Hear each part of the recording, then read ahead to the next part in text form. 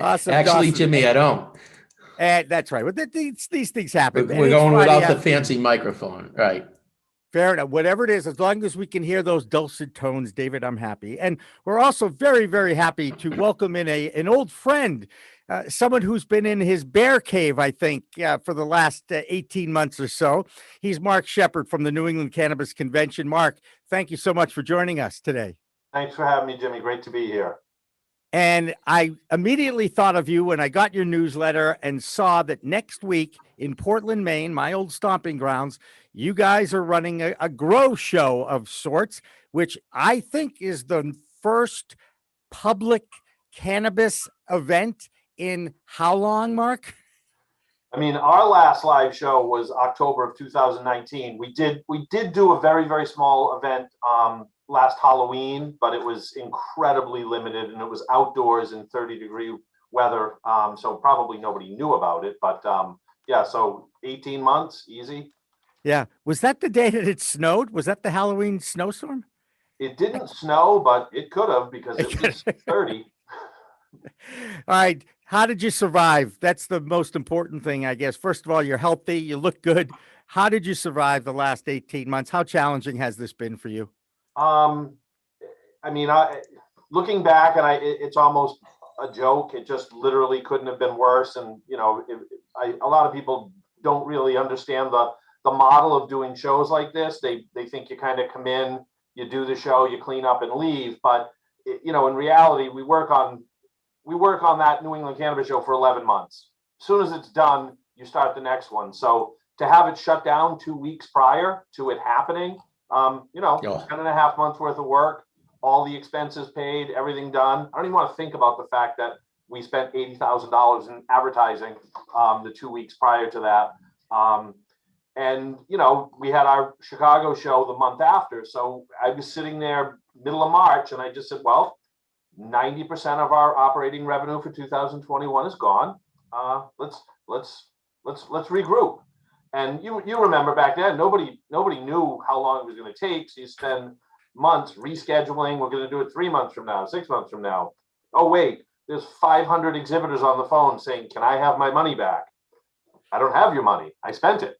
You know, so it was not fun for about 5 or 6 months. It was horrific. Putting out one fire after another, right? Yeah, it just, you know, everybody just figured you just pushed it down the road and, you know, and then everybody just kept rescheduling shows and then you had to reorganize it, change everything every couple of months to the new dates. And then you were like, this isn't going to happen. This isn't going to happen. Then, you know, you start getting into the solutions and then you realize that you are seen as a cannabis business as you go for federal aid and all these programs. And, you know, you're not going to get a lot of them because they consider you a cannabis business. So, you know, it was tough sledding. Well, we're certainly glad that you're back and operational and more importantly, have an event next week that is open to the public, correct? Yeah. Oh, yeah. Walk us through who's going to be there, how it's going to work. It's got a theme to it too, doesn't it? Yeah, these are sort of you know, like more of a homegrown theme. So you know, you're gonna see a lot of people that are experts on genetics and home growing, being able to give you kind of the where to and how for growing locally in this market. You're not seeing all those major players from outside with the extraction equipment and the technology and the security and stuff. This is just kind of, it's really a kind of show that could have happened underground before legality and probably did, you know, just a sharing of knowledge and products amongst the people who are actually growing locally. Gotcha. David, you got something for Marc? Well, so Marc, you've really expanded, right? You've got shows in Boston, New Jersey, and a whole bunch of other venues. Can you walk us through some of the venues you got coming up? Sure. I mean, in the last 18 months, you've had some major changes in the landscape, and we initially launched in New England and had envisioned doing, you know, locally focused shows in each state in New England. We're still doing Maine, we're still doing New Hampshire, we're still doing Massachusetts, but it just didn't seem to make sense to limit to that. So we launched our show in New Jersey in 2019. So we'll be back there in 2021. Chicago, Illinois had been scheduled for April, so that's on the slate. And since COVID hit, both Virginia and New York have both legalized. We're right here. So we've put down for those as well. So we're going to do 4 shows in the second half of this year, and then next year between 6 to 8, with half of them outside of New England. And how about Oklahoma? You've got one, right? We do. Oh, I already forgot Oklahoma because we had canceled that one too. Yeah, Oklahoma as well. Pick a state, Great. any state, Mark. I mean, at this point, it was a tough one. So what's the big difference between the NECANN conventions and the Beanstalk BeanCon events? I would say when you're doing something like NECANN, that draws an incredibly wide net. You have an entire component of that that's just focused and dedicated to medical marijuana education and access. Advocacy is a big piece of that, but then also people from anywhere around the country that want to be in this industry are coming to showcase their business because they know all the players in New England are coming. This one, again, we've got maybe 50 or 60 vendors, probably 35 or 40 of those are specifically and exclusively focused on just genetics of growing. So unless you're interested in growing cannabis in New England, I'd actually tell you not to bother to come because there's really nothing here for you. It's a very focused show from that standpoint. Got it. I'm going out on a limb though. The growers and the growing community are certainly the most colorful part of the vertical, if you will. I met some really interesting growers over the years. And in fact, I had a conversation with someone from the king of the growing area, Humboldt County, this week in California. And that alone is a fascinating story out there.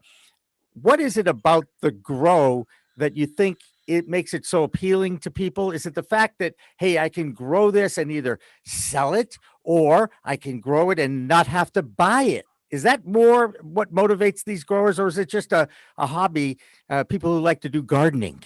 No, I think there's definitely, there's maybe a little bit of outlaw appeal to it. Traditionally, you've got these people, you say the personalities, it does take a certain personality to stand up and saying, yeah, I'm in violation of federal law. Screw you, I don't care. And just do it openly for decades. And, I've seen a lot of younger people that, the same kind of person that's into craft beer, but they're like, I can't, yes, you can brew beer at home, but can you really create a high-end craft beer in your bathtub? You really can't. But with cannabis, there's nothing really stopping you from learning, educating yourself and getting through it and creating a high-level world-class product to smoke. And yeah, not paying $400 an ounce for it, that's pretty cool. Yeah, definitely. I guess the next question I have, what about the logistics of next week's show? Obviously, you'd hope to go outside, but you've moved it to an inside venue, which means I'm guessing everybody's got masks on, correct? Yeah, well, we actually, had wanted it to be indoors. I hate outdoor events because I hate weather. Wind can ruin an event, never mind the rain, but right. Just the reality in Maine, the capacity for that facility, and I won't go down the rabbit hole, but that facility, which is 50,000 square feet and has 70-foot ceilings and ceiling ventilation, was just classified as a gym by the state of Maine, which meant their capacity was 50 people. It's the size of 20 football fields, but you could have 50 people in there. So we'll have it outdoors. Then about 2 or 3 weeks ago, they changed the capacity. 1,000 people can be in there.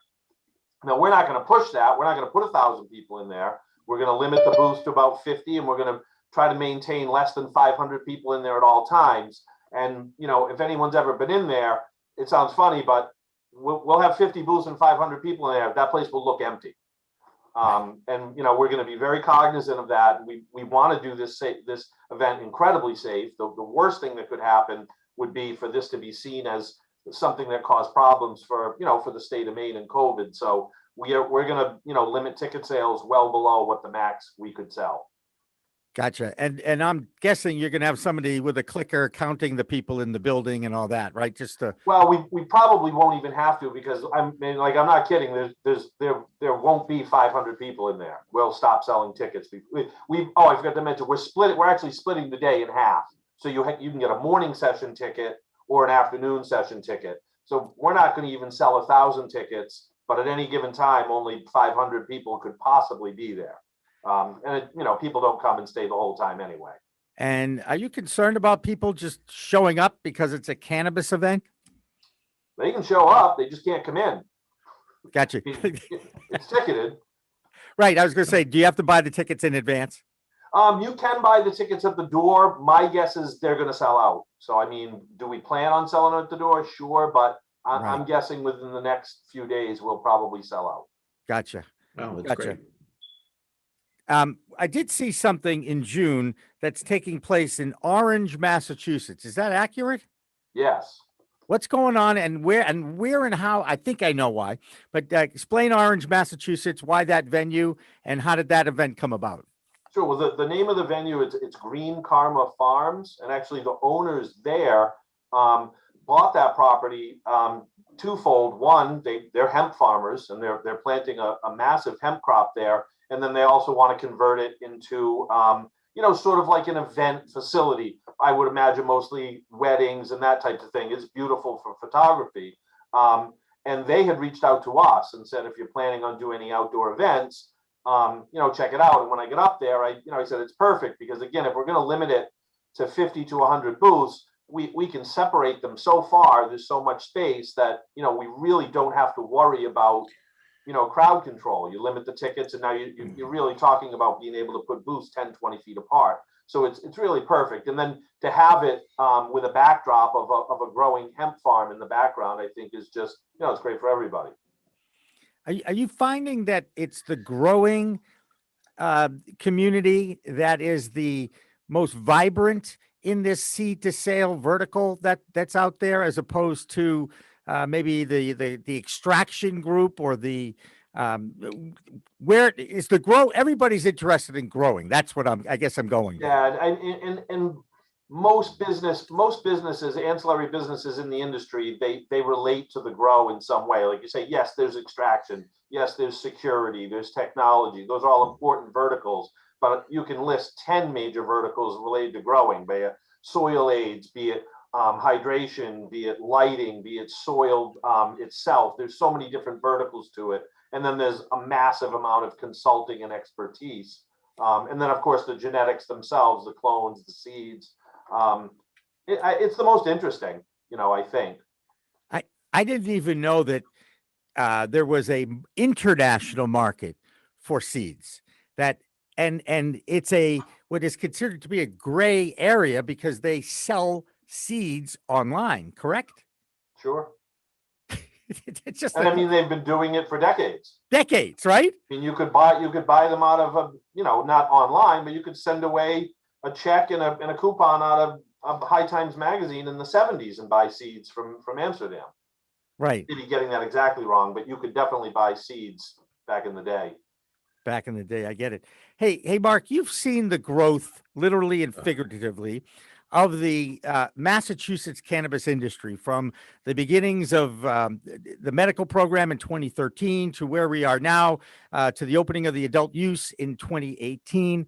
And now you've got, David's really good at this. David, how many dispensaries in Massachusetts? 123, I believe. And I'm not going to doubt him, by the way. What's that? I track it, and I actually hire somebody who goes through and because I got tired of doing this stuff, who scrubs the once a month they scrub the Twitter feed from the CCC so I can put it into a model. I'm fascinated with the average sales per store. He loves numbers, Mark. He loves numbers. But my question, I guess, is where is California, Colorado? They're more mature markets, even though they too have their own issues inside their community. Is there more of a cooperative or a competitive community in Massachusetts cannabis, in whether that's growers or dispensary owners? I think, unfortunately, the amount of regulation and the fact that when you get up to the governor and to a lot of the legislature that they're against it, you can see how slow everything is rolled out. So it causes competition where there might have been cooperation. It's all, like it's the Donner Party. It's all well and good. We're all cooperating as long as there's food. Well, the food's gone. So we got to eat somebody, and it's hard to be cooperative when you're you know, when you're starving in your 18th month of paying a lease and no cash flow. So I think the mass community, I think there is a good spirit of cooperation to it, but it's very difficult for people to help their competition survive while they're starving. And when you look at, you know, 120 dispensaries, you know, 10 years ago, I would have thought that was impossible. But when it was legalized in 2016, I would have thought we'd have 2,000 by now. I mean, it's 5 years. It's repulsively slow. Right. But it's here, and it is literally moving at a snail's pace, but it is here. And of course, you know, I had an opportunity to talk with Tommy Chong. I love to drop names this week. And he goes, I was incarcerated for selling bongs, and now I can go buy a bong and the stuff to put in the bong, you know, and it's a completely different era, completely different world out there. Marc, how do people find out about not just the event next Saturday, but other events that NECANN's involved with? Give yourself a plug. Oh, sure. I mean, just NECANN.com, NECANN.com, you know, the whole schedule and all the information is right on the homepage. Pick your city, pick your event, and come see us. There you go. Not to be confused with my old stomping ground at NECN. Okay, that's NECANN, right? Marc Shepard, I'll see you next week. Thank you for joining us again, and I look forward to getting back out into the community, as it were. Absolutely. Thanks for having me, guys. Great to see you, and yeah, see you in Maine. You got it. All right. That's Marc Shepard from NECANN.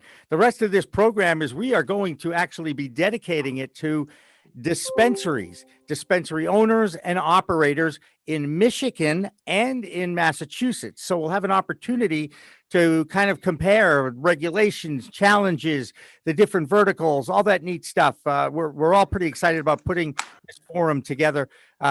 David, what time is it? It's just about 4:20, and at 4:20 we take our break. And who do we listen to? Jimmy's favorite band, Jonathan Edwards, from when he was a kid. And now Jimmy's going to tell you the origin of the term 420 and all about the Waldos. That's right. Take it away, Jimmy. Thank you very much, David. Boy, you're getting much better at that. And you didn't need a script for that. That was very well done. I've been taking lessons with Don Pardo. Thank you, Don Pardo. All right. So the Waldos, that was the high school group in San Rafael High School that used to meet at 4:20 in the afternoon at the Louis Pasteur statue to catch a buzz until law enforcement caught on. And then sure enough, one of them was friends with a member of the Grateful Dead, Phil Lesh. Once the Dead got a hold of the whole 420 code that the law enforcement community was using as a public consumption of cannabis going on. And if you know anything about the history of the Grateful Dead, you actually had to be consuming to really enjoy their music. That being said, I grew up in this area, and Jonathan Edwards' song Shanty was always part of my upbringing when it came to these types of activities. And that's why we play it, and that's why we take our break at 4:20. And when we come back, we'll get into our dispensary discussion. Don't go away. Green Rush Live continues after this.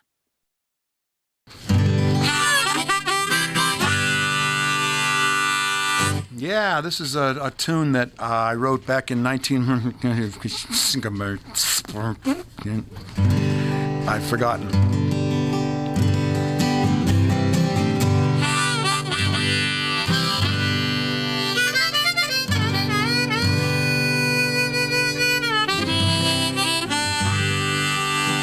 We had a saying in our old band, one of my first bands in 1966 or so. What are you going to do tonight? Oh, just, you know, like every other night, just going to lay around the shanty and put a good buzz on.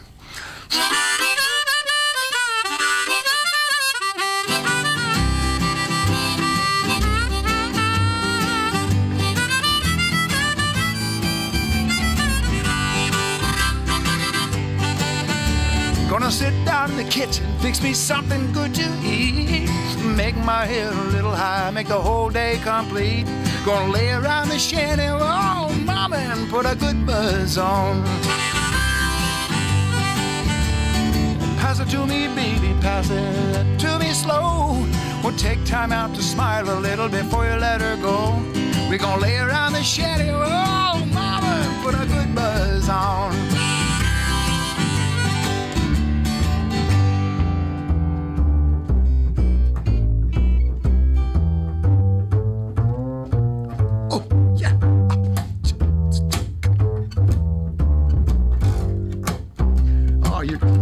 on something. Go ahead.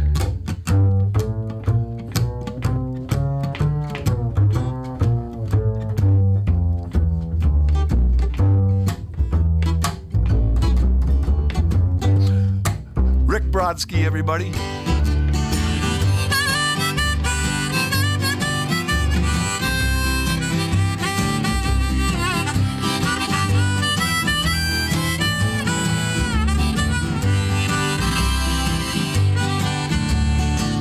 There's nothing to do and there's always room for more. Fill it, light it, shut up and close that door, baby. We're gonna lay around the shanty, mama, and put a good buzz on. Take it, okay.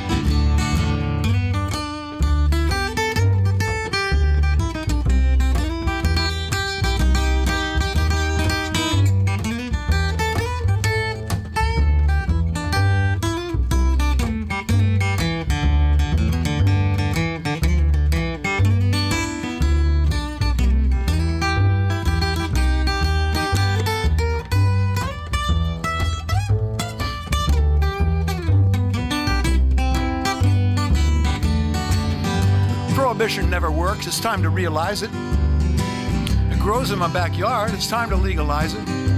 We're gonna lay around the shanty, mama, and put a good buzz on.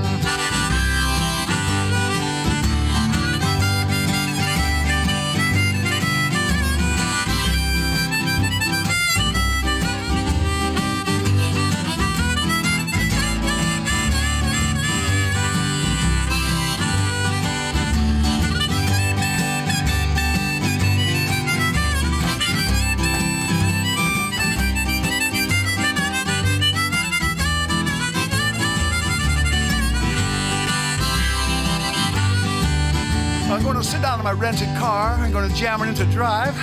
Gonna head on out and play at WSCA with Sean. I'm glad I'm alive. We're gonna lay around the shanty, mama, and put a good buzz on every night and day. We're gonna lay around the shanty, mama, and put a good buzz on.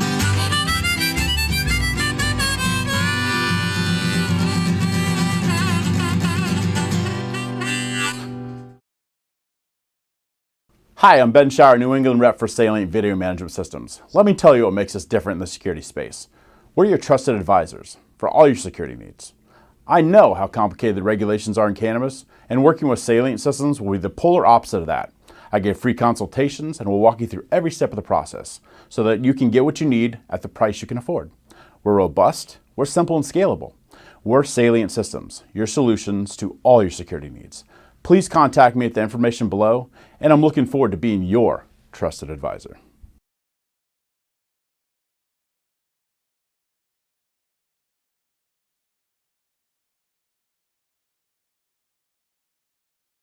One. And we're back. Very good, David. What's the Take name it of away, the show, Jimmy. David? And we're back with the Friday Green Rush Show here on Pro Cannabis Media. I'm joined with our host, Jimmy Young, and a roster of great guests. Take it away, Jimmy. All right, great. We're going to talk about dispensaries, and we have two dispensary owners with us right now, and they're a few thousand miles apart. One is in Michigan, and one is in Massachusetts. James Jaron is at Holyoke Cannabis. Hello, James. Oh, how's it going, Jim? Thank you for having me. You bet. Thank you for coming back on. And Jake Abraham is here. Now, you're the owner, and the name of your dispensary is Sticky. You've got you're wearing your brand, right? Yes, sir. Sorry. Yes, Jim. I get it. I get it. You can call me Uncle Jimmy if that makes you feel any better. If that's kind of a cross between. Jake, what is the name of the town that you're in Michigan, and why is it so significant? Well, we're in Ypsilanti, Michigan. So Ypsilanti was the second oldest city in Michigan. Not many people know that. It's right on the Huron River. Used to be a big fur trapping town. Then it went to bootlegging.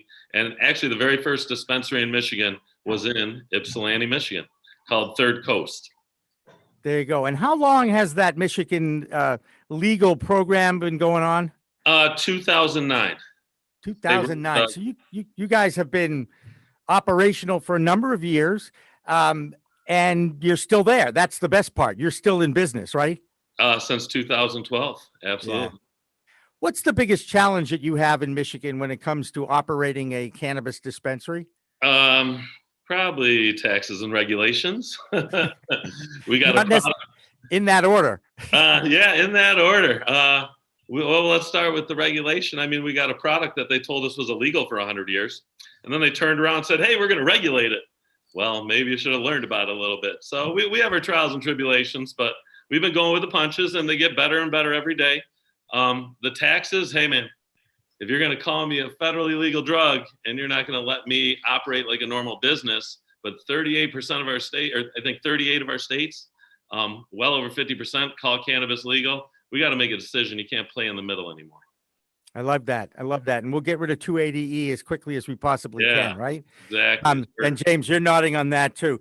Do you echo Jake's comments about the most challenges, the taxes and the regulations? I think the taxes and the regulations obviously is a big factor, but we pass them on to the customer that I don't like that, but it's a reality. But I think also operating in this environment where in Massachusetts, the way that the regulations are set up, that the dispensaries, the cannabis being grown, everything has to be in Massachusetts for a cannabis store like myself, that we're not completely integrated, so we don't grow our own cannabis. It's a challenge of companies that are integrated. Why would they want to sell to a independent cannabis store like myself? And obviously it's the relationships and doing it right and people caring, and there's a passion to it, but it's probably one of our biggest challenges. Like I said, why would they give us the best products when we're technically might be competing against them? So for me, that's a big issue. And Jake, do you have a grow, or do you have to get it from a wholesaler?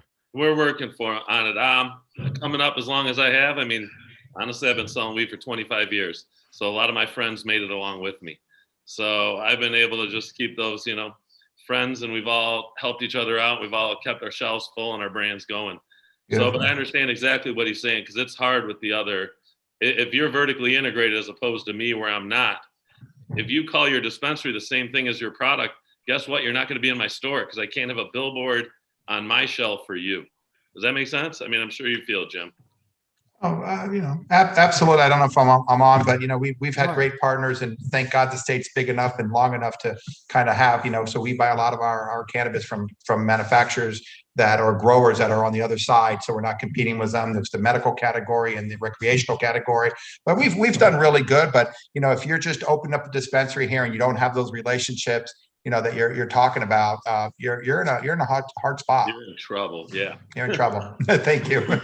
That's right. No, look, David, you are looking at dispensaries on a regular basis, as I know. Why would you want to get into this business? And this is not a question for the dispensary guys. David, why would you want to get into this business? That's a very interesting question. It's a great opportunity, Jimmy. It's risky and it's difficult. I mean, I can't speak to Michigan as much, but as James knows, the road to licensure in Massachusetts is littered with a lot of people who didn't make it for lots of different reasons. And there's this belief that once you get there, you make a ton of money. And there are people who are making good money here, but and it's new and exciting. For me, the interest is the fact that it's illegal at the federal level. I find that it becomes much more fascinating. Once the feds resolve this and regulate it, it is going to become a very boring business very quickly, and you're going to see margin compression really fast, right? Because right now every market's local. I want to ask Jake about the licensing process in Michigan. How long did it take? You willing to share how much you actually had to put into that effort? Yeah, no, I mean, it was hard. We were lucky because, I mean, we did have the guts to get the license very early. So we were grandfathered in. But trust me, because we were grandfathered in, they did not want to let us in. I think my license was a 3-2 vote in the state of Michigan. Wow. And I just barely got in. Now, what do you mean by when you said you were in because the way it was different? They had the caregiver laws written, so there was a law written, and then they came up with the formal laws that were enacted into law. And there was a lot of gray area business going on back then. It was kind of like a don't ask, don't tell for the dispensaries back then. Got it. Every day we were open, there was a chance they were coming in. So did it ever happen? No, not to us. We've never had. We do things. We're nice guys. We do things about the books. We like to make friends. I like that. By the way, the people in the Midwest are so nice. It is absolutely amazing to me. And you know, we talk now about where we're going to end up in Florida, which side. And I know that the Midwesterners like the West Coast more than the East Coast. So I want to go to the West Coast because I like the Midwesterners that I've met in my life. Just saying. Just saying. Not that anybody cares where the hell I end up in Florida at any time anyway. James, one of the things that has reared its ugly head in the cannabis space is the use of billboards to market your product. And I know that you guys actually have one. Am I right? Yeah, yes, sir. We have one on 91 coming into Springfield, Massachusetts. I think the last analytics we got, over 2 million people technically see the sign. So Wow. it works. I want to know who's taking the ID checks of the 2 million people as they go by to make sure that they're all over 21. Because isn't that one of the regulations, guys? Another, Jake, you're shaking. Yeah. Do they allow I don't billboards have in a Michigan? billboard. Yeah, Do they allow them? They're all over. They're littered. They're everywhere you go. I personally don't want one. I would rather spend that money on weed maps and spend the money on T-shirts, and I'd rather give away free T-shirts and make all the people billboards rather than buying one on the expressway. So James, the question is, obviously a billboard, you know, is a mass communication medium, Sure. right? You get 2 million, right? What was there any discussion about why, when, and where, and how do you pick the one you want? Well, I think for me it was so first thing, you know, in Massachusetts there's regulations for everything. Till about 2 or 3 months ago, you could not have a T-shirt, you could not have a hat. That's right.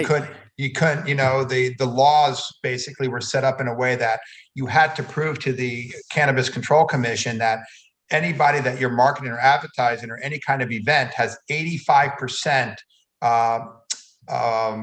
views that are over 21. Right. So what we found excited about bulletin boards is that, and I think I shared this with our last interview, Jim, is that, believe it or not, you know, you talk about not having privacy, you talk about when you talk about something and then suddenly it shows up on your phone.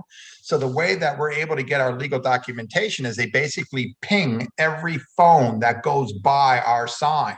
And that's how they can legally give us the documentation, that 85%. So, you know, you're just driving, not realizing they ping your phone. They know who owns that phone. They know how old you are. And that's how they give you the analytics to give us the documentation. That's fascinating. I was wondering about that. Yeah. And I was going to say, you obviously didn't watch our show last week because we had a guy on who gave us a very clear demonstration of how he can message and how they track you on those apps on your phone. It truly is a big brother thing. We can certainly get 100%. Right. We could certainly get into the league. You know, they want to make sure you get everything over 21, but we also we know exactly where you are and who you are and what you're doing, what you're looking at, what you're searching, where you've been. Freedom. And I think Jim, as you mentioned, you asked me the question about, you know, how we picked our locations. I don't know. Yeah. I'm not sure, you know, how we picked our location. It really came down to, you know, we are in Western Massachusetts. So we wanted to make sure that we're picking up the crowd that's coming in from Connecticut, that's coming in from New York. And basically what our sign says is when you see the sign entering into the state of Massachusetts, it says, we're 12 minutes away. We're open 8 to 8, 7 days a week. And when we put that bulletin board, you could see our analytics and our numbers just shot right through the roof. And people were just talking about in the lobby. They would walk in and voluntarily just say, man, we love your sign. We were going to drive somewhere. Our GPS said 25 minutes. You said 12 minutes. We're here. It was amazing. And I'm sure, I think that is a great thing to talk about when you are so new to the world in the cannabis world and to see something that you have put money into actually, you know, immediate ROI, right? Return on your investment. You like that immediate gratification, right?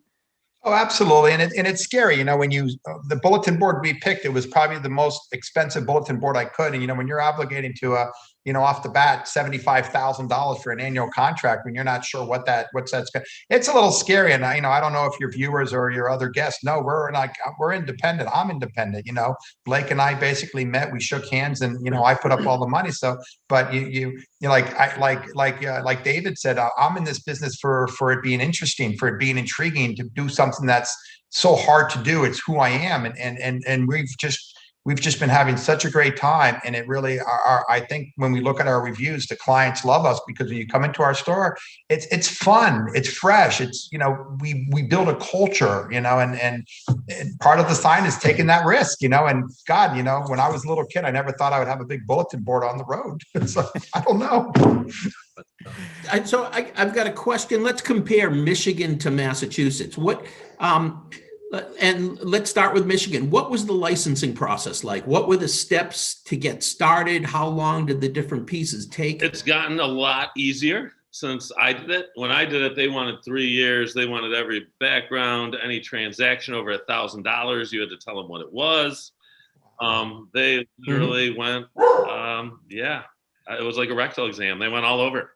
But now people can get in very easily. They only ask for 1 year. They don't want any of the other, because other people, I was very simple. I was a chef. I'm a chef my whole life. I'm a hardworking chef. That's why I translated so well the marijuana business. And it was very easy for me. But some of these guys with the big money, I mean, when you own 10 different LLCs and you got to drag all your partners into it and they want to look at all their business statements too, it limited a lot of my friends just based on they didn't want to give up all the information that they had to give up with all their businesses. It was hard. Got it. Do you echo? Go ahead. Do you echo some of the things that? Did you need to get low? Talking about? Wait, say that again. You guys are both talking. David, let me talk. Put your mute button on. I like it when you're muted. Anyway, what do you echo? Well, give him about 60 seconds, and he's going to complain that.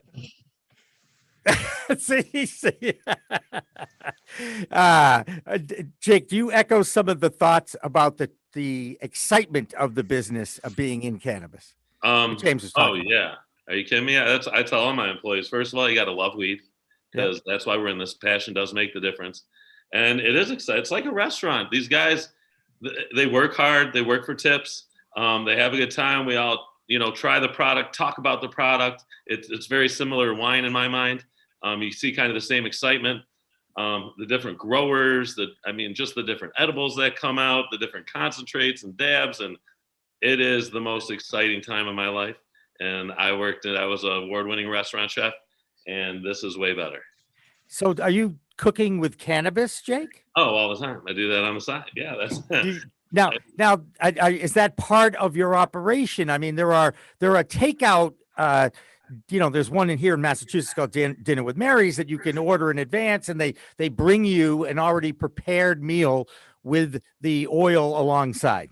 We are getting to that point. They're starting to do consumption lounges, and they're talking about letting consumption and food and alcohol all be combined under one roof. I mean, my dream, it's not so much to medicate the food. When you when you eat weed, it puts you to sleep. That's kind of a downer when you go to the party. My dream is to have somebody come in, give them some nice weed to smoke, maybe a little 5-10 milligrams of some honey with some cheese, get them going. And then, at the end of the night, you can put a little in the chocolate and send them on their way. But it's all about the smoking, the drinking. I mean, that's why we smoke weed. We like to hang out with our friends and have a good time. It's funny. The socialization aspect has always been part of this plant for generations. And in the last year, as you guys know, as all of us know, we've had to deal with this damn pandemic where social distancing has probably been the most important element to getting this virus under control. And that is polar opposite to what weed always has done in this community, right, James? I mean, Well, I find that really funny that you say that, Jim, because sometimes I'll be at parties and people will have masks on and everything, and nobody will shake your hand, but then they'll be passing around a joint, and I'm sitting there going, "Wow," But we solved that with the dog walkers. Are you familiar with the dog walkers? The basically the small joints. You get a little pack. They're just enough to walk your dog. So instead of sharing a whole joint, we actually came up with packaging. It's called dog walkers. So that's our solution for COVID. We call them a smoke break. It's about 0.33 grams. Yeah, it's 0.4. Yep, exactly. And that's a smoke break. Just enough time. That is so funny that you guys mentioned that. I just want to say, David, you can unmute yourself now. Come on back in. Come on. I know you have oh no. Oh, now he's punishing me, right? I don't ask anything. All right, go ahead. What did I tell you? What? Hey, James, see if you can get if you can get Blake on the phone. I think I need my attorney here now. I got somebody who's got. Blake and I get along great on this. Yeah, I was going to say, you might be in trouble there, David. Yeah. Oh no, I'm not. I'm very comfortable in that one, in that relationship. That's so right. In Michigan, did you need local approval before you went to? In Massachusetts, you have to get local approval at the municipal level before you go to the state, and most of the municipalities in the state required that you have a location first, which really ultimately put the control in the landlords, and then the landlords held operators over a barrel and cleaned their pockets in order to give them whatever documentation they need, or you have 5 people competing for the same space. It's been a mess. That's why one of the reasons why we've had such a slow rollout. What's the process for getting licensed in Michigan? Do you have to start at the municipal level? Do you need your space Yeah, you in do advance? need to start at the municipal level. And then once you have your first one, or actually, no, they now allow you to get pre-qualified. So you don't need a location, but you can get pre-qualified through the state of Michigan to be in the marijuana business. And anybody can get pre-qualified, or just like social equity, or anybody. Social equity gets a big break, but the normal business people can, go apply. What is the big break, if you don't mind me asking? It varies based on, and it's municipality to municipality. I don't know. It's hard to keep up with everything they're trying to give. It's okay. Everything right. We probably should have prepared you. So, do some studying on the regulations so we can ask you these things, because we're all excited to share the knowledge between the states. That was the whole point of bringing these people together anyway, for this show. Go ahead, David. Hey, Jimmy, can I throw in a question, or should I just go back on mute? So how have you guys been in COVID? What's COVID been like? How have you handled, what did it change about your business model? What did you learn? What did you get better at? What do you wish? COVID's been amazing. We've just been busier and busier. It's kind of unfathomable. The more the stimulus checks came out, the more money revenues go up. I was just going to ask you how, what was the impact of the stimulus checks? I've talked to people in the unregulated market who told me their numbers went up, and then last August when the extended unemployment dropped, all of a sudden they saw their numbers drop down. James, you got that same experience? We definitely observe that behavior. And also, I think in general, when you're in any kind of business, if it's alcohol or cannabis, you're going to see, when, if you really want to track things, and you can see when people get their unemployment checks, or when they get their social security checks, et cetera. We service a whole industry. But I just want to talk a little bit about that tip about, being regulated and the landlords. It's not just, and I don't know about Michigan, but, every city and town, what they've done is they basically created what they call a green zone. So I don't know if in Michigan you could just open up a cannabis store anywhere, but in Massachusetts, you have to find a town that will allow it. Then they kind of say they allow it in a certain area. And then you have to find the landlord that owns the building, because if they have a federal loan or any kind of loan, they can't really rent it to you because you're a federal, and that's why the landlords got so much control, because it wasn't just where it is, does the city allow it? The zone, does the landlord own the building, not have a mortgage? And it was a very large category. And that's why this cannabis real estate became so desired that it's really out of control in Massachusetts. And I don't know if Michigan experienced any of that. We echo the same. Everything you said, I could have said verbatim for Michigan. So now I marvel at the dedication everybody has in this industry, for sure. And you guys are perfect examples of that. We're in a very interesting time in our history right now, in that we've got 18 states who have voted in and have some kind of a legislative movement towards adult use of cannabis. It's a total of 38 states have medical programs, with a few more on the horizon, including Alabama, which is Alabama and Tennessee are moving in that direction. And it's like, really, this is actually happening in my lifetime, that the South is actually moving the needle a little bit, if you will, to accept cannabis as a legitimate business. So the question I have for you is, do you feel any softening of the stigma. And of course, the people you guys are dealing with are the people who are coming in to buy, and rather than those who are avoiding. But I guess overall, do you feel like we are making any strides as far as getting more and more accepted? We'll start with Jake in Michigan. Absolutely. I'm right across from a major university. I'm across from Eastern Michigan University. Oh, You'd think that all of my customers were college kids. They're not. They're all my age and older. And it's a simple, with the regulations of pills, they've taken away their opiates, they've taken away the pain pills, and people are coming for a natural relief. It's cannabis, it's a plant. It makes perfect sense. I'm a big medicinal advocate. And yes, a lot of use, it is a recreational drug, but the medicinal benefits are amazing. Yeah. And James, we got to recognize that. Right. James, any softening of the stigma in Holyoke, which is a very welcoming area for cannabis? Oh, absolutely. We have a lot of 80-year-olds that come through today. And, in the past, that would be something that was unacceptable, was the war on drugs and how they were raised. But today, I feel very comfortable when I walk into a household, even that have younger adult children. It's a conversation that now is taking place in the open versus being like, don't talk about that. We're also feeling that I think a lot of people are seeing the benefits, a lot of these ointments for arthritis and pain. And it's, if I had to swallow an opiate or take a natural remedy that's made out of cannabis base, I think it's a no-brainer for me. So we're definitely seeing that. And, the feeling, and again, I just want to also point out, Jim, we've only been open for 3 months. So when you asked the question about COVID, we opened during COVID. Right. So for us, it was just the norm. We have, where you got carpets, now we get carpets and hand dispensaries. Where you got carpets, we have little stickers that say stay 6 feet. We have plastic shields. For us, it's just the norm. Right. I don't know when the day is going to come where I'm going to feel comfortable to move the plastic shields down. So it's an interesting, talking to my partner here that's been in business, for years compared to 3 months. But the softening in the cannabis industry has definitely, I see a lot more housewives where they used to get together and just have some wine. Now they're sitting down with some edibles and some chocolate. I'm definitely seeing that movement.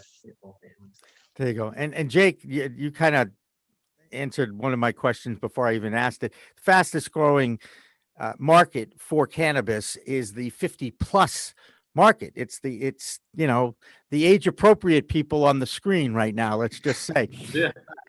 It's also, like you just pointed out, it's the soccer moms. The soccer moms, it's great for anxiety. It's just great to chill out. And James, I think you brought up the fact now that having that conversation with your younger kids, and I'm a big advocate, by the way, all about education.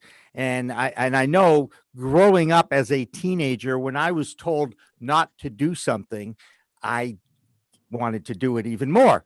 I'm sorry, but that's just how I was. And I'm guessing that there's quite a few people out there that can relate to that sort of thing. That being said, it's a great time to be able to talk to your teenage children why these products are considered adult products, and you can have that sex, drugs, and rock and roll, or sex, drugs, and alcohol discussion with your younger kids, because it's all out there now, right? No, You guys think it's easier, James? No, what? No, it's 100%. It's 100%. And and just to touch just for a second, when we talked about the 50-year-olds and the wives and the girlfriends getting together, one of the markets that is booming is the cannabis related seltzers. Because I think when it comes to people are comfortable having a beer, people are comfortable having a vodka and tonic. And when you insert seltzers or spiked seltzers into the industry, I find that it just makes it so much easier to integrate into it. And I'm sorry, Jim, talking about 50, I wasn't really sure what that question was, the last one, but a little jet lag from flying from Israel for 15 hours does that to me. So I understand. And by the way, speaking of which, I had a news item about Israel. They're moving towards adult use recreation, right? They expect it to happen before the end of this year.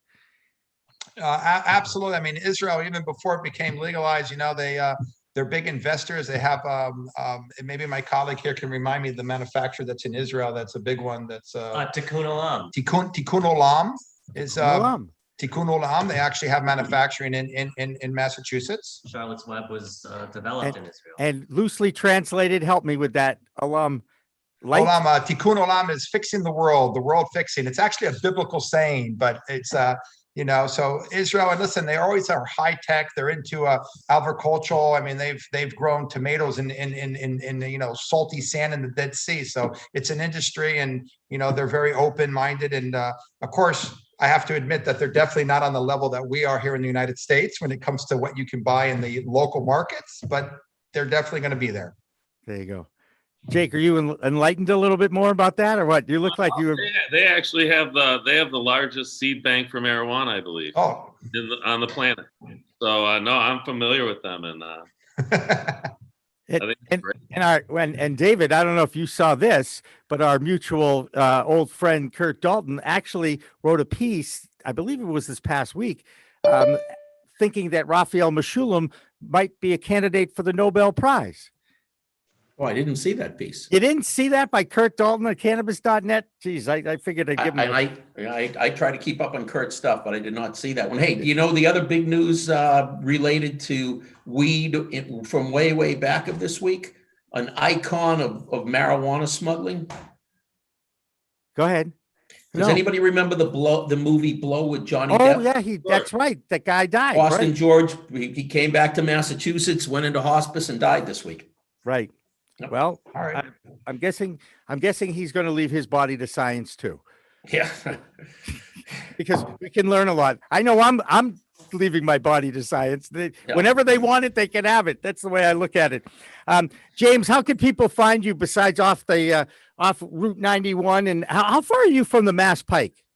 We're minutes away from the Mass Pike. It comes right through Holyoke, but we're on HolyokeCannabis.com. We kept it real simple. Weed maps. We're on all those Leafly weed maps. We're on everyone. It's a good thing Jacob is in the background whispering in your ear. He's my right hand man. You know what I told him? I said, why don't you come and do the interview? Just tell him you're James. Nobody will know any better. He's much smarter than me. He knows a lot more than me. He's a great kid, and I'm thrilled that you guys are working together out there. Oh yeah. How many dispensaries right now are open in Holyoke? Oh my God! I think right now there's 3 that I'm aware of that are open, but Holyoke didn't put any regulation on how many cannabis stores can open. So there's tons of manufacturing. I mean, there must be 1 million square feet plus of manufacturing. There's neighborhoods you drive through and all you do is smell cannabis. It's marvelous. Jake, you're smiling. You know the feeling, right? And in Michigan, can you give me an idea of where your town is? You said it's right on Lake Huron. I neighbor Ann Arbor. Gotcha. Yeah. So you got Eastern Michigan across the street, and your neighbor is Ann Arbor. I get it. I totally get it. Because I know the Ann Arbor area has always been at the forefront of cannabis advocacy and legalization in Michigan, right? Yep. No, our group was part of the Ann Arbor Guild back in the day. They opened, my old partners opened the first dispensaries in 2009 in Ann Arbor. So yes, deep history. Beautiful. How many hash bashes have you gone to? Oh my God, since I was probably 16, a lot. We could thank Rick Thompson for that. Rick has enlightened us a little bit to what the Hash Bash was all about. We actually carried the 4-hour event from this year, which I believe was the 50th. And in New York City this past week, they had the regular celebratory parade and rally for cannabis. And in this case, it was interesting because they had legalized it in New York. Steve D'Angelo from the Last Prisoner Project, he actually talked about loving the fact that he could walk down Broadway and smoke a joint in open, and no one was giving him a problem about it. And I think in a lot of ways that shows how far we really have come towards the end of prohibition in this country. So Jake Abraham and James Jaron, thank you both for joining us here in our first half hour, getting this dispensary forum off to a very good start. We're gonna empty the room and fill up with a whole bunch more. In fact, I think you guys, I know Jake knows Sam Kaoud, right? From MKX. Yep. No, Sam. Yep. I do business with Sam. He's a good guy. He's a great guy, and I found out his true story today, and it's a fascinating story that we are going to share with everybody after this break. We'll have more of the Green Rush. Don't go away. Hi, Jimmy Young here, and I have to ask you, are you secure? If you're in the cannabis industry, you have to have security for your grow facility or dispensary. And we are so happy to welcome Salient Systems to our group of supporters. You get to call their rep. His name is Ben Shower at SalientSys.com. So don't even wait an hour. Call Ben Shower at 413-333-7974.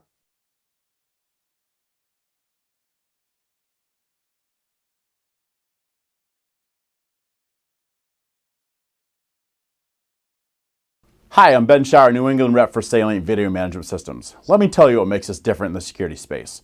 We're your trusted advisors for all your security needs. I know how complicated the regulations are in cannabis, and working with Salient Systems will be the polar opposite of that. I give free consultations and will walk you through every step of the process so that you can get what you need at the price you can afford. We're robust, we're simple and scalable. We're Salient Systems, your solutions to all your security needs. Please contact me at the information below, and I'm looking forward to being your trusted advisor.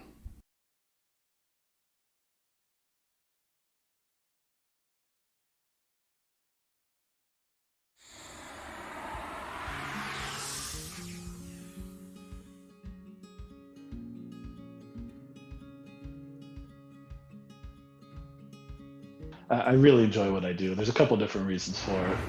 First of all, I've always been an accountant, and it's kind of a nerdy thing to say, but I do love accounting. And I also love helping companies. I love helping people build their companies, especially small to mid-sized startups. I've always been someone that's, in all my roles in industry, it's always been building teams, building companies, building departments. And to be honest, I love working for myself and owning my own company. So I love what I do every day.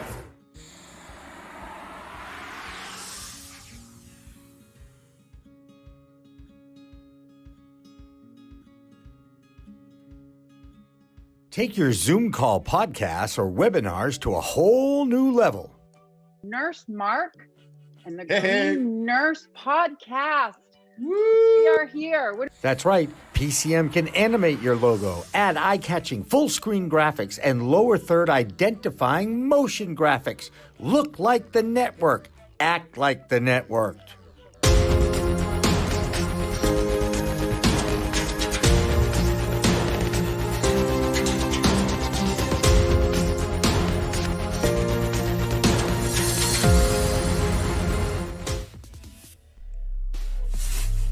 We are Pro Cannabis Media.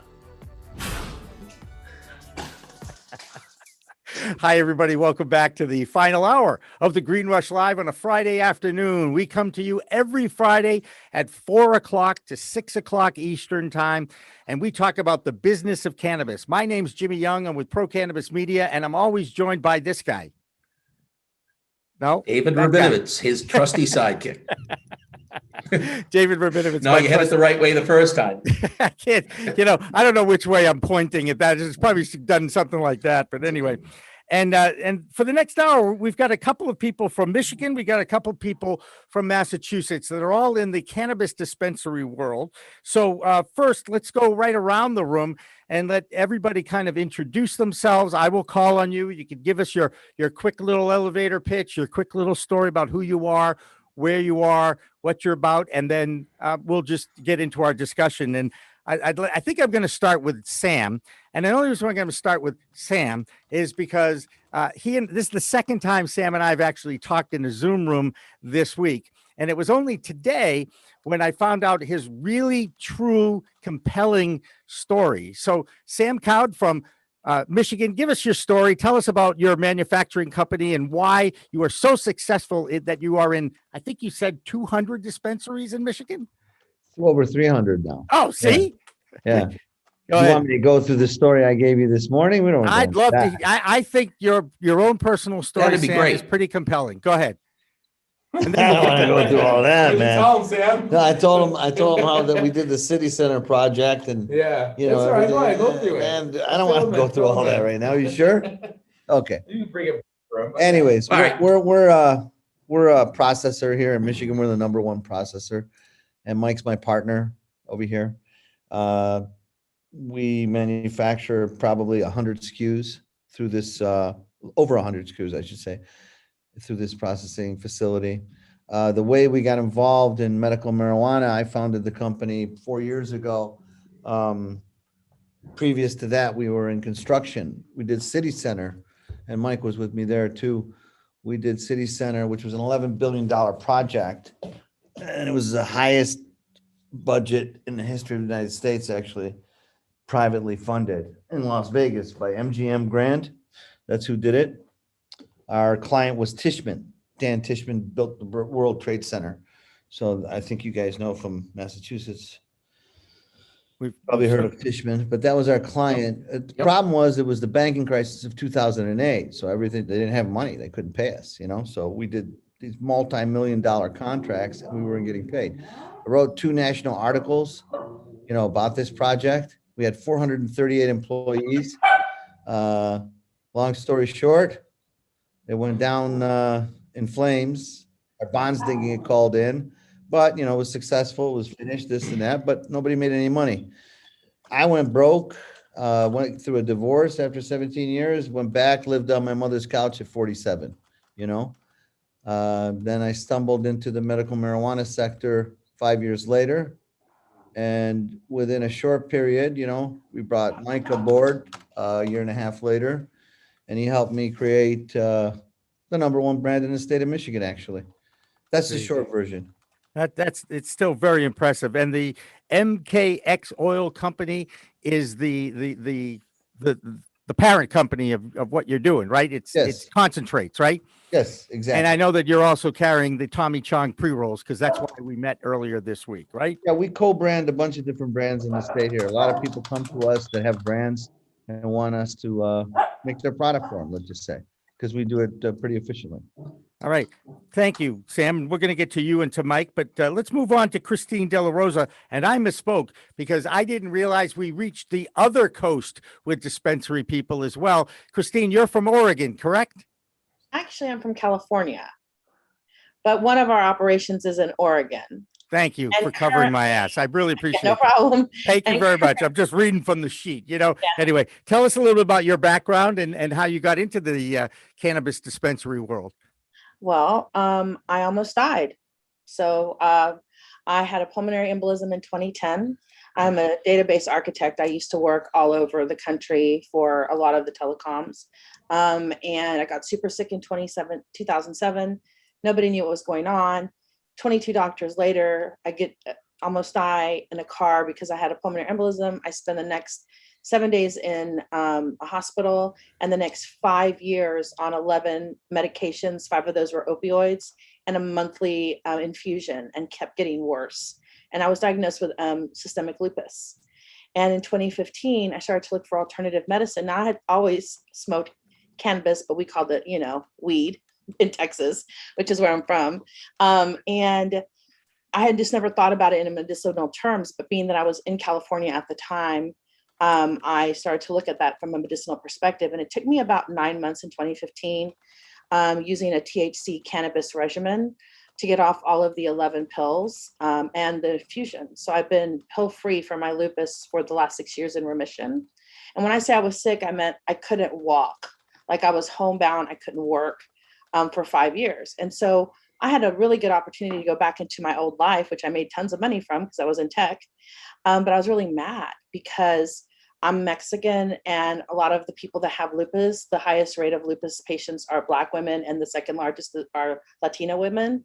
And there were so many people in my groups that were sick like me, taking gabapentin, Lyrica, you know, fentanyl patches, all the 9 yards for their pains and their ailments.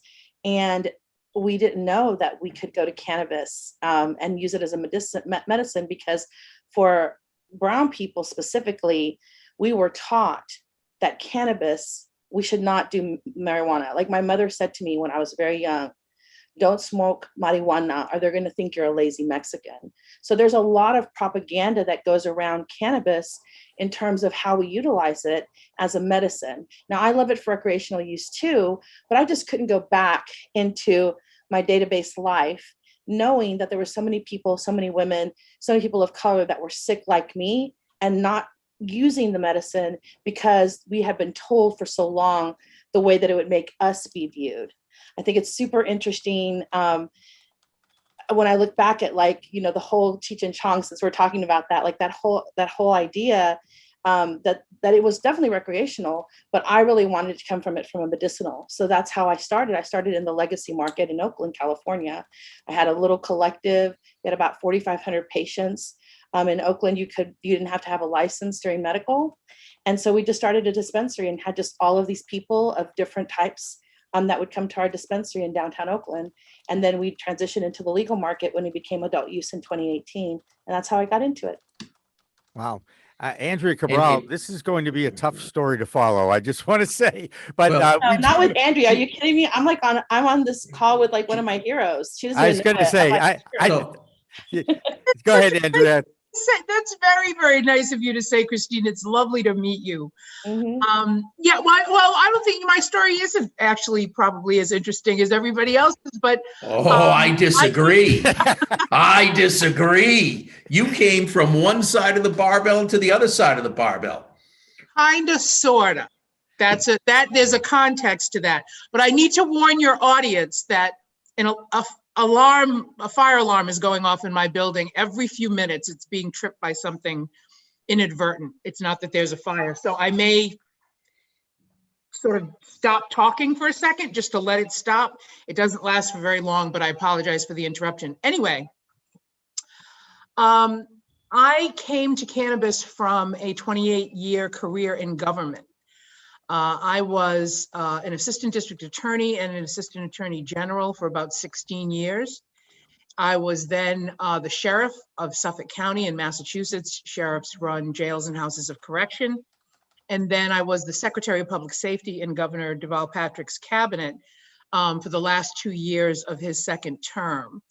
I came out of that and was actually seriously exploring a career in radio because I had been doing some radio on WGBH, the Boston Public Radio program, one of Massachusetts' 2 NPR stations. And I had been actually working on a show myself that was supposed to be for the weekends, had actually done a pilot. And I got a call from someone that was my campaign consultant when the first time I ran for sheriff, saying, you know, I think I'm going to start a cannabis company and I'd like you to come on board. So ultimately I ended up coming on board, switching gears and coming on board to be the CEO of Mass Grow and Ascend Mass. Both of which are owned by Ascend Wellness Holdings. So Ascend Wellness Holdings is a multi-state operator. It's in Michigan, Ohio, Illinois, New Jersey, Massachusetts, and we're starting up, I believe, in New York. But I'm the CEO of the Massachusetts, the state operations in Massachusetts, and Mass Grow is our cultivation, and Ascend Mass is our retail arm. And I knew a bit about cannabis, or at least cannabis regulations, because the medical regulations came down when I was Secretary of Public Safety. And so we were involved in that in the Executive Office of Public Safety. So I was already on the Cannabis Advisory Board when I agreed to take this position with Ascend. So I had my knowledge of the regulations and the process by which people get licensed and permitted in Massachusetts was rapidly growing. And it just seemed like, just a very good fit, an opportunity to be in a brand new industry, to be a woman and a woman of color in a brand new industry, and to help mold that industry by using the company as an example for all of the good things that you want to happen in the industry just was irresistible to me. So that's how I got here. It's a great journey and a great story, Andrea. And thank you so much for joining us. Last but not least is Mike Berry, who's the COO of MKX Oil in Michigan. And I got to tell you something, Mike. I've been watching you listen and watching what was going on in the background. Did I see THC toothpicks? Is that one of your products? Absolutely. Cannabis infused toothpicks. It's our premier product here. We just launched a product approximately 4 months ago. and it's a major hit. It's the most discreet way to consume cannabis. Okay. And I got to ask you, you just suck on the toothpick or what? I don't understand. Yeah. So basically, the way these things are made, it's crazy, right? I don't want to get into full detail, but you ever hear of like a pressure oven? Yeah. So you take all your compounds, your THC, your compounds, your terpene mixture, and it goes in a canister in a pressure oven with these toothpicks laid out. And somehow, some way, I don't know the science behind it, but all these chemicals get tossed into the air and mixed with the THC, and then it gets absorbed in the wood toothpick.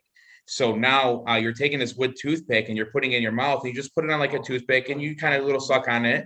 And then before you know it, it hits you faster than an edible, because it's real similar to smoking. With the placebo effect, it just comes right down, through your saliva. And it's just an amazing product. And it was actually brought to us here from a gentleman out in California. And we like the product so much, we actually bought the rights to the whole state of Michigan for it. And we're happy to have it here for sure. Wow. So tell us your story, if you don't mind. How'd you get into cannabis? Come on. What was that? I apologize. You cut out there. Okay, that's too bad. How did you get into cannabis? What is your story, Mike Barry? So cannabis, Sam got into cannabis first. And I went to actually my first MJ BizCon. And when I went to the MJ BizCon, I was blown away by the scientists and the sophistication behind the industry. And then you look at the fiduciary, capabilities and all coming together, and you're like, wow, right? Because what's the first image of cannabis that people who are not privy to our industry, what do they think about? Especially back then, it was a negative thought on it, right? So I was raised on the negative thought with my parents being like, oh, you can't consume cannabis. It's bad for you. It's a drug. Always, don't do drugs. Me being younger than Sam. And, it was actually pushed harder at my age, my generation growing up. So cannabis was always frowned upon with me.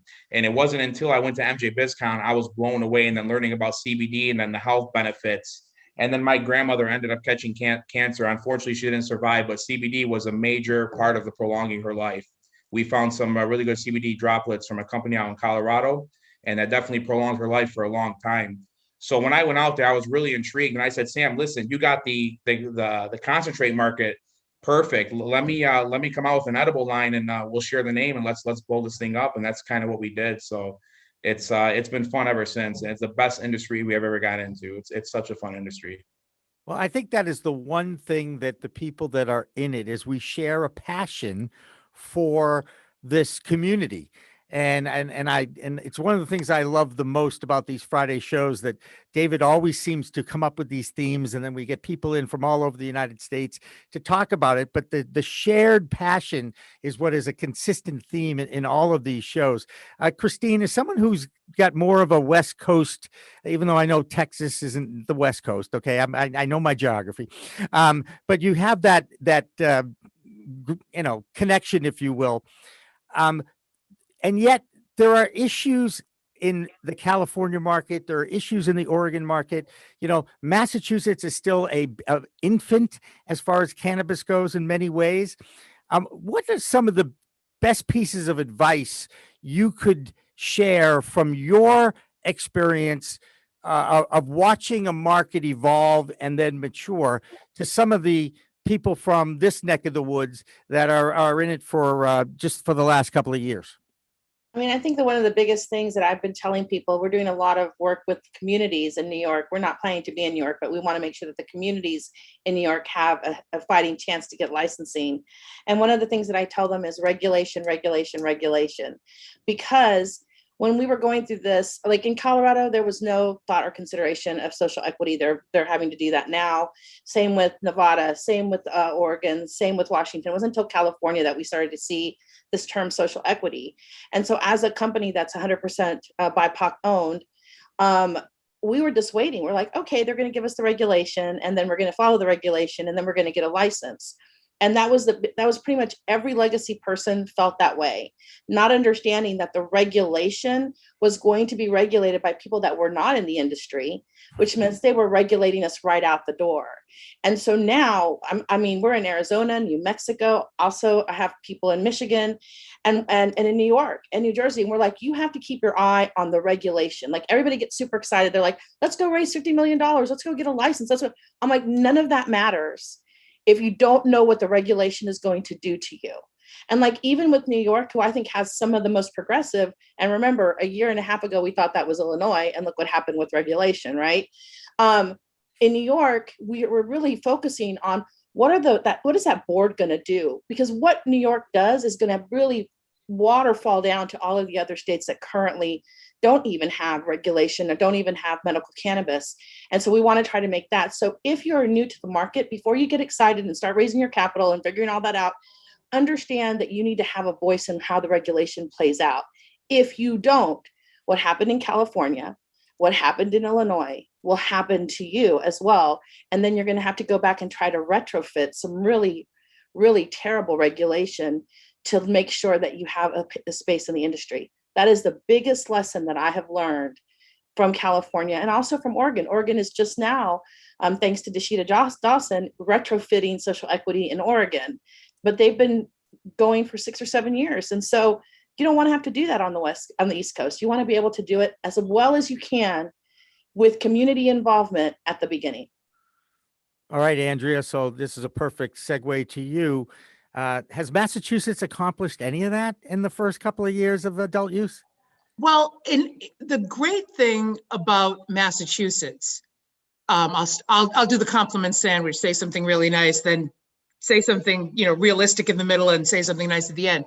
The great part about Massachusetts is that it was really intentional about social equity from the beginning. It was written into the regulations. All of the intentions were good, and part of the reason that I got into this is because the one thing I do really understand well after 28 years is government. I know exactly how regulations get promulgated. I know exactly what the people who are promulgating those regulations are. Regulations are laws. Laws are designed to not necessarily prevent, but at least anticipate and believe at all times that the worst case scenario is going to happen. So that's why you see regulations that seem draconian and seem overly harsh. You're talking about cannabis, which, there are virtually no people or very few people left, alive now that were alive before cannabis was made illegal or was scheduled, right? Mm-hmm. You're talking about the stigma that comes with that, and you're talking about government regulation. That's a hammer and a half, okay? Public fear, ignorance about a particular product, along with the ability to regulate it, is the perfect storm of, regulations that are overly draconian. So I give Massachusetts a lot of credit for thinking about social equity right off the bat. But I think what they realized was it's actually effectuating that is very difficult. You can write into the regulations that you want companies to be aware of it. You want them to be very intentional about it. You can have diversity plans and plans to positively impact areas of disproportionate impact. But how do you monitor that? If the primary problem is access to capital, how do you as a government agency make it possible for people to even be well capitalized enough to get into the industry, let alone sustain themselves in the industry? So there's a big difference between the good intention of infusing social equity into regulations and the really hard practical work of making that a reality. And I think companies have to take that on. I mean, that's one of the things I love about Ascend is we're really intentional about the social equity stuff. We're really intentional about who we hire and our partnerships and our outside endeavors that bring more people into the industry at all levels. But you can't make the nexus of government and the free market is exactly that. The free market does what the free market does, and it's really hard to force people to be more socially conscious in the context of generating revenue. Hey, Sam, I got to ask you this question coming out of that comment right there. You're a self-made man. You work your fanny off. I remember you telling me 18-hour days, no life. Thanks. Focused on the business, right? Sacrifice, man. Right? Lots of sacrifice. Right. I just put blinders on the first year. So I guess cut out the kids, cut out friends, cut out everybody 18 hours a day. Always had to end up someplace I didn't want to be, let's just say at the end of the night, to make these relationships happen. But we were there, perseverance, and that's what it takes. Go ahead. So when you hear about access to capital being a barrier to entry for so many who have been impacted on the war on drugs, you got any tips besides working as hard as you possibly can, which is what you did? You mean because we don't have access like every other business to lending? Is that what you mean? Yeah. Capital markets. Yeah. Yep. Yeah. I mean, what can I say? If I had a crystal ball, I mean, I don't. I mean, I just know what we did. We're self-funded. We started from nothing. I was piss poor broke, and people in the industry that know me that were like the first dispensary in the state, or guys that were behind Governor Schneider when they wrote the bill and got it done, know how poor I was. And now they're like, wow, look at you and Mike, wow, you guys are the number one brand. And it's like, in a matter of years, we did all that organically with no lending. Now, had we had lending, I'm sure it could have even happened faster, I guess. What's the answer to that? There is none. It's not gonna change. There's a private sector of lending, there's private equity, but then they want equity, and then they want ridiculous interest. There is some lending, but it's like basically Jimmy the Fish, loan shark money. Loan shark. Jimmy, just to integrate on that, you see major companies come in right now that raise, tens of millions of dollars, some of them hundreds of millions of dollars, and try to come in and demand respect within a market, and they're failing horribly. And that's where I like to be saying we're hard work beats talent, especially in this industry, because as long as you're willing to put the hard work in, no matter what type of backing you have, everybody has an opportunity, within the industry. But something to keep in mind, if for anybody listening that wants to get in the industry, keep in mind first, you're not a cannabis company. What I like to tell everybody is you're a compliance company first. And that goes back to what Andrea was saying about like the regulating, because I don't know how strict the CCC is over in Massachusetts, but over here in the MRA in Michigan, they are very strict, and they will, they enforce every single rule that they have in their book. So in order to be a successful operator, you have to look at yourself as a compliance company first, because what you're selling is still regulated, and it's still unknown on the federal side.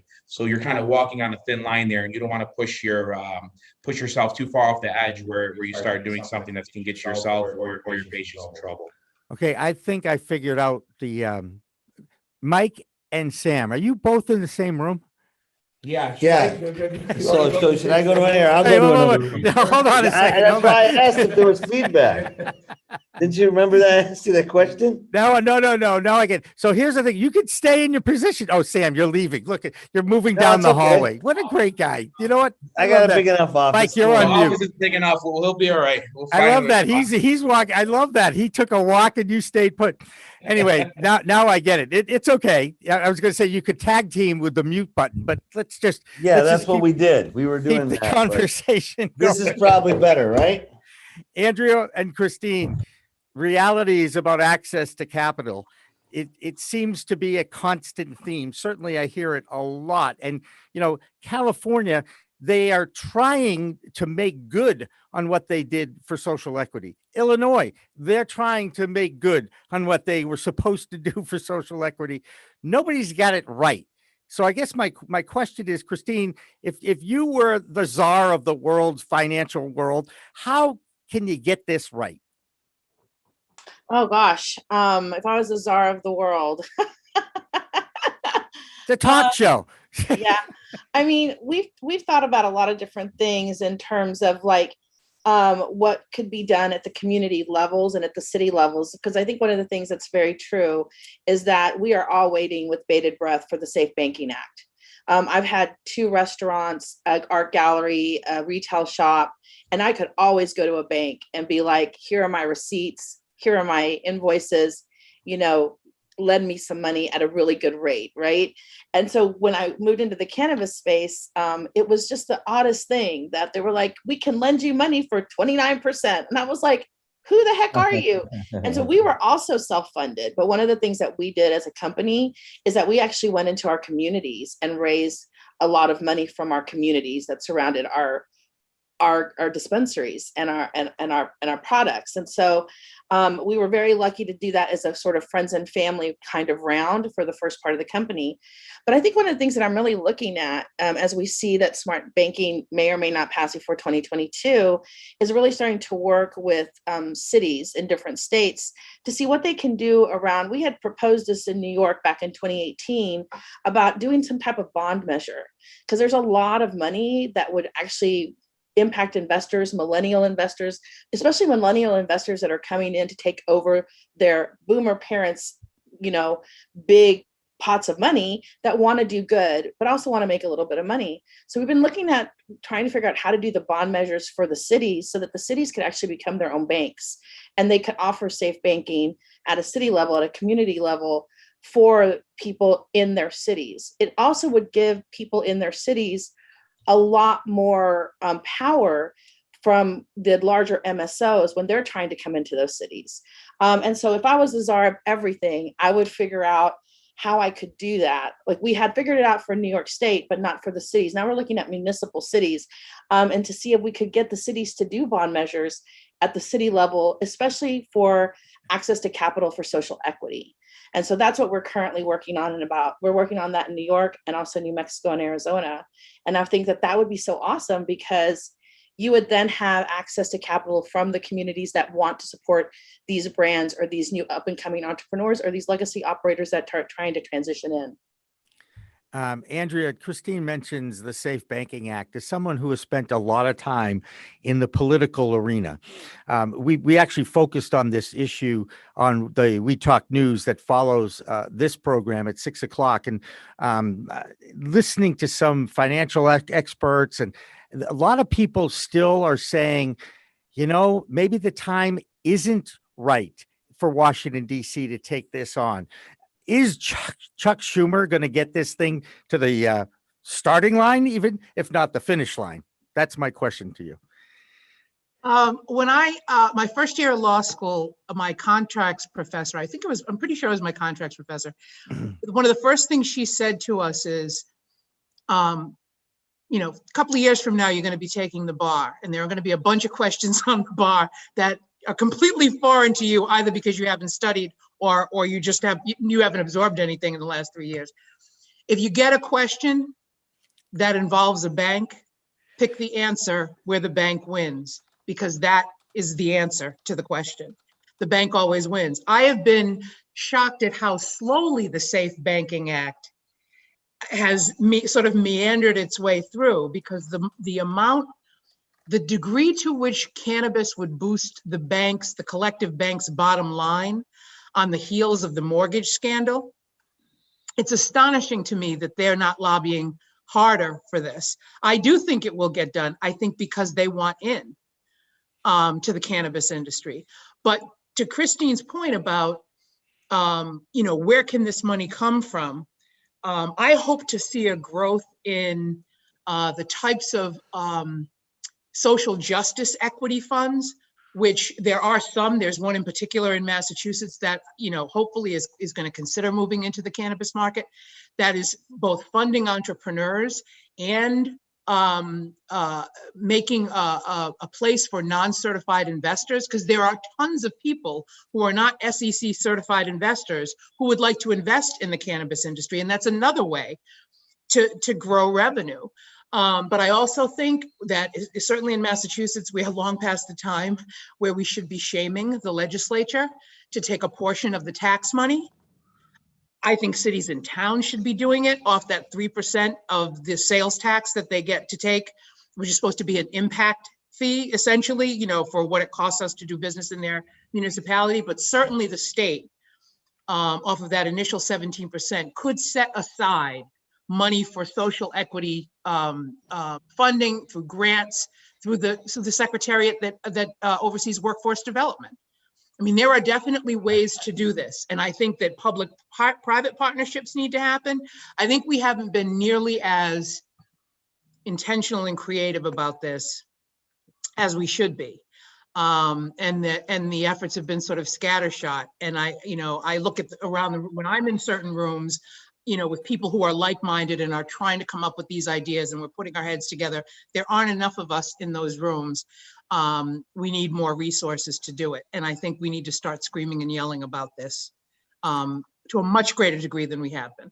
There you go. Squeaky wheel strategy. Speaking of squeaky wheels, David, I'm contemplating what Andrea just said. I think the community impact fees in Massachusetts are on their way out the door. With what's going on up in Haverhill and the SJC's arguments in the Maderi case, those are going out the door. But what just struck me with what Andrea said is most people have already baked the 3 points into their model, 3% that were required in Massachusetts to give to the municipality to offset their costs that they're supposed to document. But because they don't have any costs, they make the operators agree that they'll just waive the documentation, which that could be interesting if the legislature came down and said, all right, if you don't have 3 points for your community impact fee, you got to take 3 points and contribute it to this loan fund. And then in 5 or 10 years, we'll give you back your 3 points.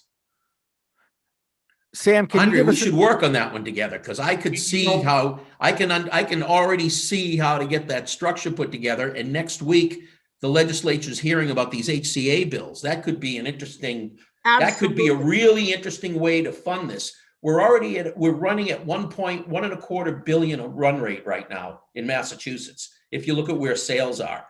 So if we had 3% of, I think we're going to hit 1.5 billion this year. If we, maybe a little more, if we hit 3% of 1.5 billion, now you're talking about some money. Right.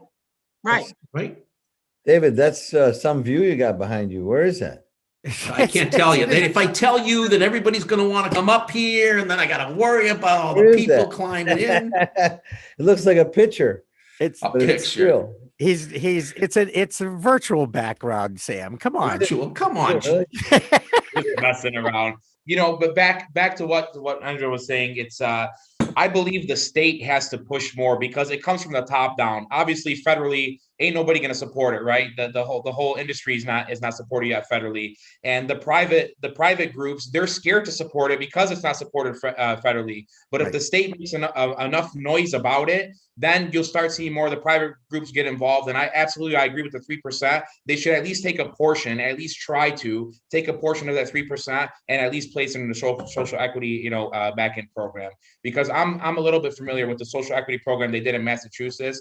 And believe it or not, it's a lot better than some of the other states, but still they really didn't help them as much with the financial backing of it. So all it does is makes it more appetizing for money people to come on in and partner with the social equity applicant, but they still it needs to come from the top down, in my opinion. And in many of these states, I'm so sorry. Oh no, go ahead. I was going to say, in many of the states, they're requiring social equity, right? So what you end up having is a bunch of people of color that have second mortgaged their house, borrowed from their family and friends to get the license that they cannot actually get to profitability because they cannot get the capital. And then you open up an entire sea of very predatory groups coming in and buying those licenses for pennies on the dollar. Like we just acquired a company and they were being offered $700,000 for they have 3 licenses. This is in California, and they have 300 of their own genetics. And they're like, well, we're going to give you 700,000. Like, you should be really happy. It's going to cover all your debt. And I was like, this is ridiculous. This is a predatory way to do business. And this was an African-American women-owned company that had 300 genetics. And so we invested in them, but they could have done that. And you're going to see a slew of distressed assets in about 18 months coming out of Illinois, coming out of maybe Massachusetts. Like there's 3 companies in Massachusetts that I advise for that have vertical licenses and cannot find a reasonable, equitable investment. And so there's just so much predatory things that are happening in cannabis, regardless of what you have, that being able to utilize the government, like Andrea was saying, being able to utilize the cities and the municipalities to help these people not be prey would be just such an amazing experience for the people that have done, just like Sam, from their bootstraps, got their own money, figured it out, but there still needs to have a little bit of some money invested to grow. like to have growth capital. So I think that's just something that we have to really consider as an industry, because yes, we definitely need the governments to help us, but the industry has to demand that too. I'm going to add something onto that, Christine. Jimmy, I had sent this to you right before the show, but you haven't seen the email. I can't tell you whether I'm about to say is accurate or true. I pulled it off of somebody's Facebook post. And here's what it is. In the first 2 years of Pennsylvania's medical marijuana program, $225 million in medical cannabis was sold to registered patients and caregivers. And in the first 2 years of Pennsylvania's medical marijuana program, approximately $1.2 billion changed hands for the sale or new management of original permits. Think about the amount of money that's flowing in to finance some of these bigger operators, right? Andrea, you guys just went public. In fact, it's touted as the big cannabis IPO of 2021. I mean, it is the social equity crowd does have a lot of problems getting capital, and some of that becomes compounded by here in Massachusetts, the social equity rules were very well intentioned. Nobody choreographed out the way it was going to happen, and as a result, even though we've got great rules, the municipalities don't have to prioritize social equity. And even if they do, and you're a social equity applicant, you have to get in front of the municipality. And if because of the competition, you get shouldered out and pushed aside, you don't have a hope. So I don't want to embarrass you, David, but I've always thought that this was an amazing thing you did. As we talk in the context of access to capital, one of the things that stymies people is the need to get and secure a place. You have to rent a building. You have to be somewhere, right? Yep. And that shows that you have some viability and some wherewithal. But before you can get a host community agreement, the city or town wants to know that you have a home. And the CCC is then going to ask the city and town, is this company compliant with all of your rules and regulations? So you literally, even though the municipality can go around that, most municipalities consider the actual siting of a facility and the paying of rent to a landlord. And everybody knows there's a cannabis tax for every landlord that rents to a cannabis company. You pay more. So I was wondering if you would tell people the phenomenal thing that you did. I believe one of the towns was Maynard. Was the other one Wakefield? It was Westfield. Westfield. So, but this is phenomenal. I wouldn't go quite that far, but thank you very much for the accolades. I had to put a group together, and we were looking to open up a retail store, and the first step is the host community agreement, and this is the accolades Andrea has given to me. I pass those on in duplicate to a triplicate to the Board of Selectmen in the town of Maynard, Massachusetts. In August of 2019, one of the selectmen looked at us and said, "We like you guys. We're going to give you the host community agreement. Please just go get a location." And we argued to him. We thought the best way was approve us as a team, give us the HCA with a provision that says we have to come back, and give us 6 months to go find a location. Now, as it happened, we ended up surrendering the host community agreement because COVID hit and there were some complications. But it changed the dynamics tremendously. Once word was out that we had that HCA, and it was the last one they were going to give out at that time, a whole bunch of other operators just left. So now instead of having multiple people competing for a very limited number of locations, it was one operator talking to a few landlords, and it became rational again. And we convinced the city of Westfield to allow people to apply without a location. We actually tried to do it with the folks in Natick, Massachusetts. They did the exact opposite. They just basically locked down their process, wouldn't take applications for about 15 months. And so by the time they opened up the window, the only people that could apply were the ones that had deep pockets. In fact, we backed a social equity applicant in Natick who went in, explained because they hadn't opened up their application, she couldn't have afforded to hold the space. Natick didn't care. They took her $500 and said, "Now we reject you."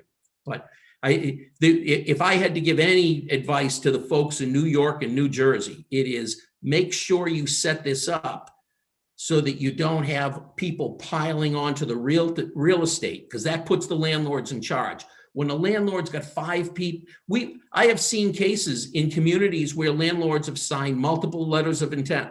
Happened in Framingham. There was a landlord who said, I'm signing LOIs for anybody who wants the space. You guys can then go off to the city, and the city can decide which one of you will move into my building, right? There's plenty of other landlords.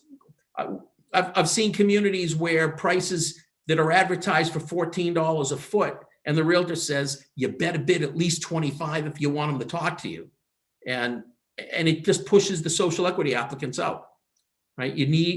The issue of real estate, I think, is the big limiting factor. I think they could have done more on that with guidance to the municipalities in Massachusetts. And I'm trying to work with a couple of people to see if we can influence how the regulators in New York and New Jersey approach it. Because if they approach it the right way, they could really stand social equity up and be a model.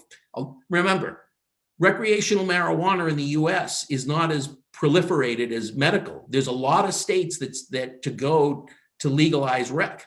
So there could be a huge social equity impact if a couple of states can get it right and become the model. And we were trying to do that, starting with Maynard and going to Westfield, and then the preliminary discussions we had with Natick. And that's what I loved about Illinois. Illinois didn't require you have a location. And so we have we were part of the huge thing that's going on there. We put our application in January of 2020 and are still waiting. But I thought that was one of the best things that Illinois did. It did not require that the social equity applicants have a location, because it gave our social equity applicants a lot of power. And that was great. Jimmy, should we talk about our Massachusetts endeavor, or is that? Of course you should. Absolutely. Sam, I love it when everybody else wants to talk. Trust me, you can jump in, you can ask questions, tell a few jokes. I really don't mind at all. Go ahead, Sam. What are you doing in Massachusetts? Well, I'm going to let Mike take it from here. Mike. Oh, good. You guys are a pretty good tag team.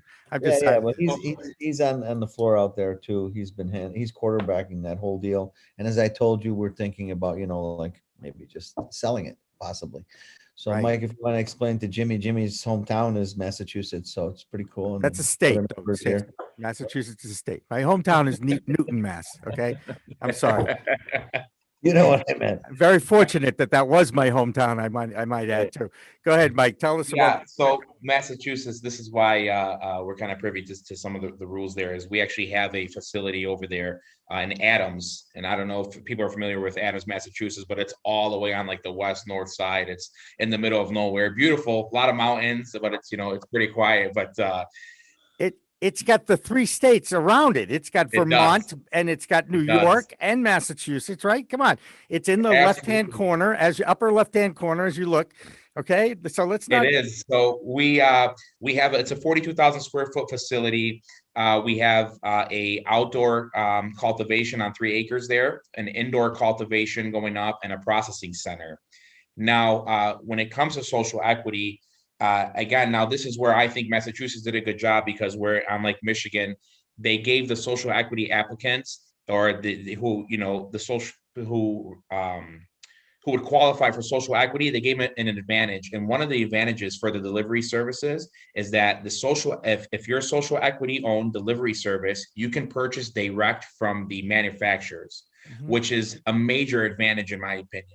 So what that do with somebody like Sam and myself is like, we're wow, right? So now we're the money guys. We were the guys struggling, and now we able to cover, we're the money guys. So what we do is we went after social equity applicants because we wanted to partner with one of them and say, hey, coming into our processing facility, let's get this going. So we actually did. I don't know if I won't say any last names. I'll say Tamika, her first name. I'm pretty sure a few of you might know who she is, but she was an applicant that got approved, and we got her on board as well. And yeah, we're just looking forward to. We're about 60 days away from launching our processing center to get some products off the ground, and our cultivation should be up here within the next 4 months. And we're excited to move into Mass. But now, to be completely honest with you, we're focused. We have all this focus on Mass, and we're growing so much here in Michigan. It's like, do we have the bandwidth to do everything, right? And so that's why when Sam says, we're possibly thinking of selling it, and the only reason why is because we have a lot of offers, coming to us on the table. But, as I tell Sam, I might be too emotionally attached to that project to walk away. So we'll see. I love Adams, Massachusetts. We actually just purchased a house 5 minutes up the road there. And if whoever's familiar with Adams, it's like very Crown Victorian. It's old school, and it's more of my style, just the nature and whatnot. So it's beautiful, and we're happy to be a part of what Mass has to offer for sure. Hey, Mike, I'll throw this out there. If you happen to, if it's a case where you guys need like a local operating partner, there's plenty of great social equity applicants. I mean, people think many times social equity of oh, you need to give them a hand up. The people in the Massachusetts Social Equity Program, we've got people with advanced degrees, not just graduate degrees. I'm one of the trainers. They are very sharp people, and many of them, like Christine said, need access to capital. And at this juncture, there are some who are partnering up with others. So if you guys, as you talk about what to do in Massachusetts, if you find that you need boots on the ground who can be committed and you want a local operating partner, reach out to me. I can introduce you to some people. Appreciate that, David. Thank you. Ditto. I'm happy to do the same thing. I was thinking of names as you were talking, both delivery licensees, retail licensees. They're in pretty much every part of every kind of license that Massachusetts offers. You can find some incredible social equity applicants, maybe not so many in micro business or craft cooperative, but pretty much everything else. Appreciate that. Thank you. We'll definitely reach out after. It does sound like that. And while the delivery licenses caused a little stir, let's just say in the state of Massachusetts, Sure. It does sound like existing operators are teaming up with social equity applicants who have those delivery licenses. So that seems to be what's going on here, Andrea. Is that accurate? I know of one. I'm not going to name the name, but it's out in the Berkshires. By the way, let me ask you a question, Andrea. What's the central cannabis cultural area? Is it Central Mass, Worcester? Is it the Berkshires? Is it, Boston is starting to creep up a little bit. If you had to pick an area, or is it pretty equally spaced out all over the Bay State? No, I would say, and this largely was an outgrowth of how welcoming that particular region was. Yeah. So I think from Worcester West, yeah, is you find a lot more facilities. There's also more space to have a grow or a cultivation. Right. So you find a wider variety of licenses.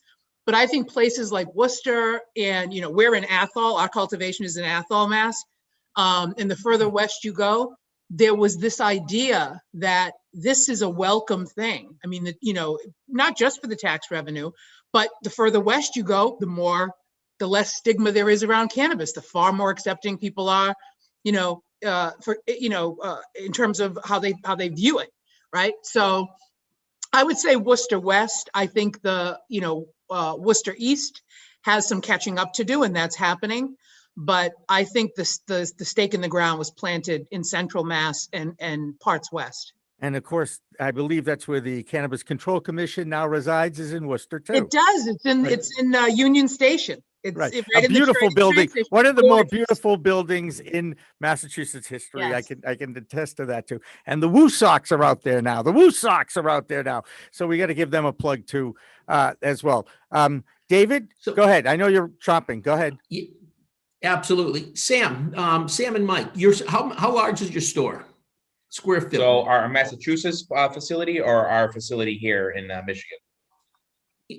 So Either one. Massachusetts is about 42,000 square feet. Here in Michigan, we occupy close to 40,000 feet between. We have a compound, right? Because we started in one building, it just kept getting bigger and bigger. So purchasing the buildings around us. So both.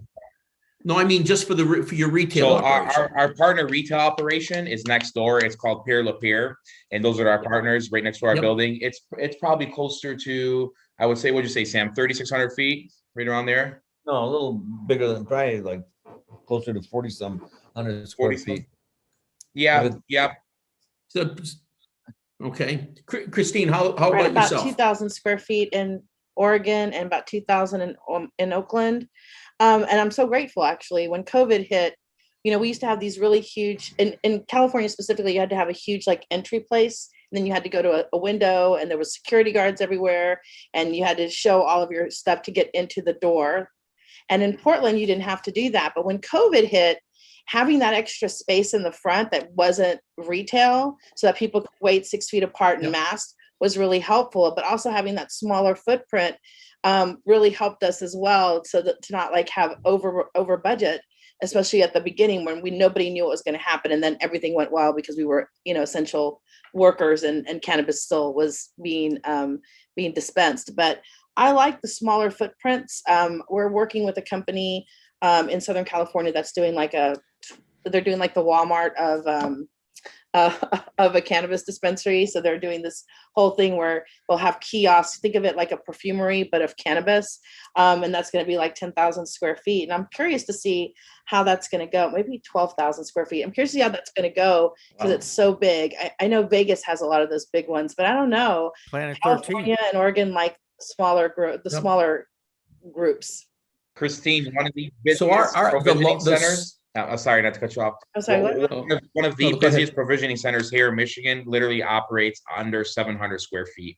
Yeah. And yeah, it's like a little, I don't even know what it was before. It's so small. It was like a gas station mini. People love the culture, the Yes. subculture of cannabis. Like, this is the thing I can never explain to the larger operators when they ask me to come in and talk about, like, you know, their diversity and their DEIC is like, one of the things that is so inherent about cannabis is that it actually comes from culture and was actually built in this legacy underground market. And so you miss some of that when you get to those larger, like, yes, it's super cool to have 72,000 strains to pick. And it's also really cool to have 30 strains of genetics no one else has. Like, sure. That's the culture, and there's space for everybody. Like, I'm not saying that it could only be one way, but I know for myself, when I go to a new town, I'll go to the big one that everybody knows. And I'm also going to go to the one little one that has a very limited, but highly curated selection. And I think that that's one of my favorite things about cannabis as in an industry is that there's room for both. And you really can find all different types of cultures and cultural mores in these stores, you know, and I love that. Like, I loved going to LA and seeing some of the stores there. You'd be like, what the hell is going on here? Why do you have a Virgin of Guadalupe on your on your counter? But it was just a cultural thing, and I still love that about every place that I go. I try to go to a lot of dispensaries when I was able to travel pre-COVID. I hear stores. I hear dispensaries. Our smallest dispensary. Wait, David. Let me finish. This is a good point. Okay. Okay. Yeah, I hear stores. I hear dispensaries. What I don't hear is the next evolution in the cannabis culture and the cannabis wave, and that's social clubs. You know, needless to say, COVID has put a big damper on the rollout of that. Certainly, it isn't going to happen overnight. We need to get the pandemic kind of more under control than we're trying to get it right now. It's right on the verge. So I guess my question is, where will the social clubs, what role will they play? They're in California. Do we have any in Michigan, guys? Sam, are there any social clubs in Michigan? Social clubs being like people getting together and just smoking? Like social consumption. Yeah. Social consumption. Consumption lounges, yes, they're starting to open. They're starting to open right now. Obviously, COVID was a major setback for that in Michigan, but I know of 3 of them that are being built out right now, and one of the first ones being in Hazel Park. But they're not open yet, right, Mike? Right. Yep. Correct. They're not open yet, just due to the COVID guidelines. Yep. Yeah. David? Jimmy? Back in the day, back 2 years ago, 3 years ago, we had these social clubs. It was when the caregiver system happened, you know, and then abolished. Well, not abolished, but changed into the licensed metric system. Right. And then it went away. The social clubs all went away. To me, it's a no-brainer just because the socialization aspect of the plan. Go ahead, David. Christine, our smallest store in Massachusetts, I think they've expanded. It was about 192 square feet. I know we've got a larger one we got some larger. Andrea, maybe you can help me out. What would you say is the largest store in Massachusetts? You got to unmute yourself. Yeah, you got to unmute. This is where she's swearing at me right now. Yeah, I was headed toward the unmute. All right, so Ascend's Boston store is on Friend Street, which is right across from the TD Garden, and we actually took over the old Hilton Tent City. And so the entire building is 16,000 square feet, which does make us certainly the largest in Massachusetts, probably the largest in most states. We're currently operating out of about 5,700 square feet because we're doing reserve only, so it's just front and back of the house. But ultimately, yes, we will occupy all 16,000 square feet. It's our flagship store, so it'll be like our Macy's. You'll have different cannabis experience depending on what store, on what floor you go to. But our Newton store, Jimmy will be happy to know, we have a Newton store, Jimmy, Yes. is 5,000 square feet because, you know, it's limited, that you can't get a special permit for a cannabis operation that's greater than 5,000 square feet. And our New Bedford store, which will open later on this year, will be roughly 5,000 square feet as well. So yes, the Front Street store is the big Megillah, but the other two are moderately sized.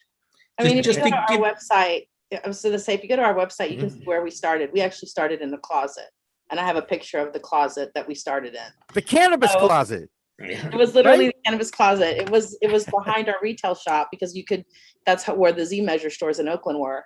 And it was like I couldn't put my hands to the side, like I could touch both sides of the walls. So that's why I'm like, I love both things, coming from small and also going to big. They're both great experiences. It is about the experience.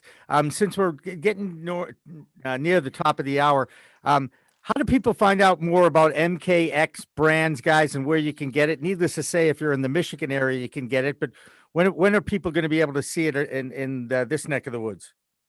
Well, it's going to be soon now. I mean, good. Look at Mike. Mike's selling it right now, Sam. Look at him. He is the man, isn't it?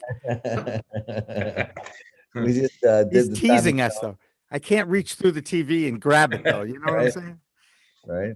How do people? So we'll be looking forward coming to Massachusetts, right?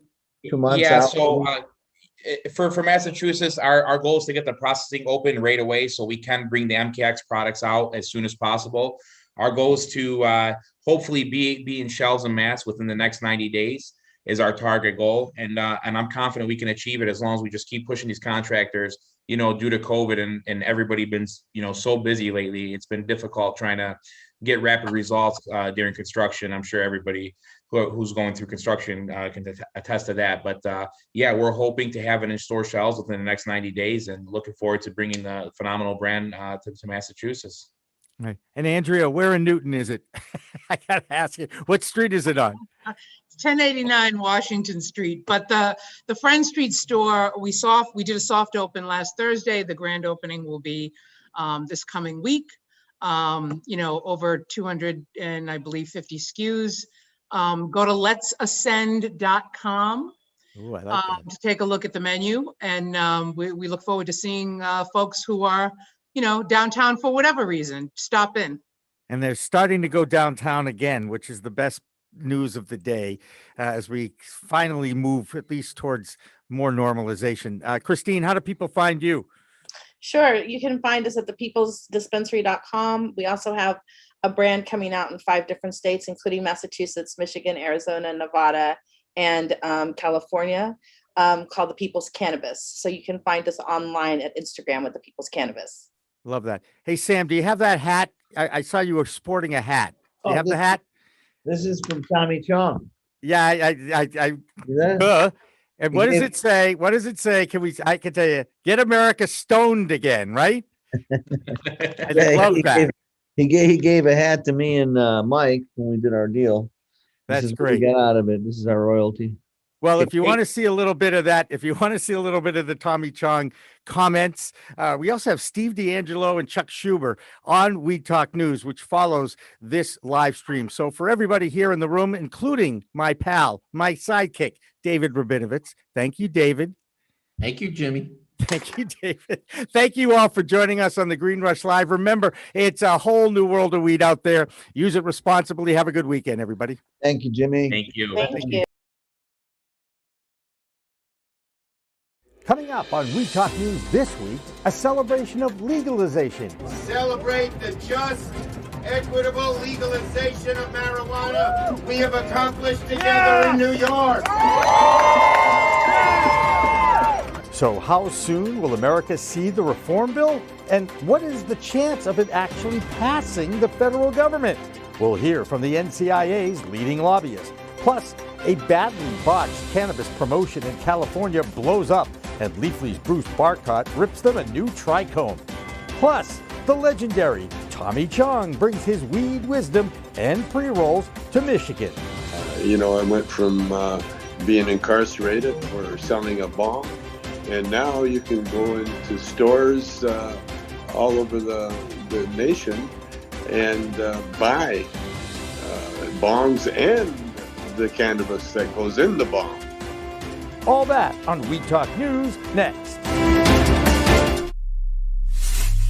We are Pro Cannabis Media.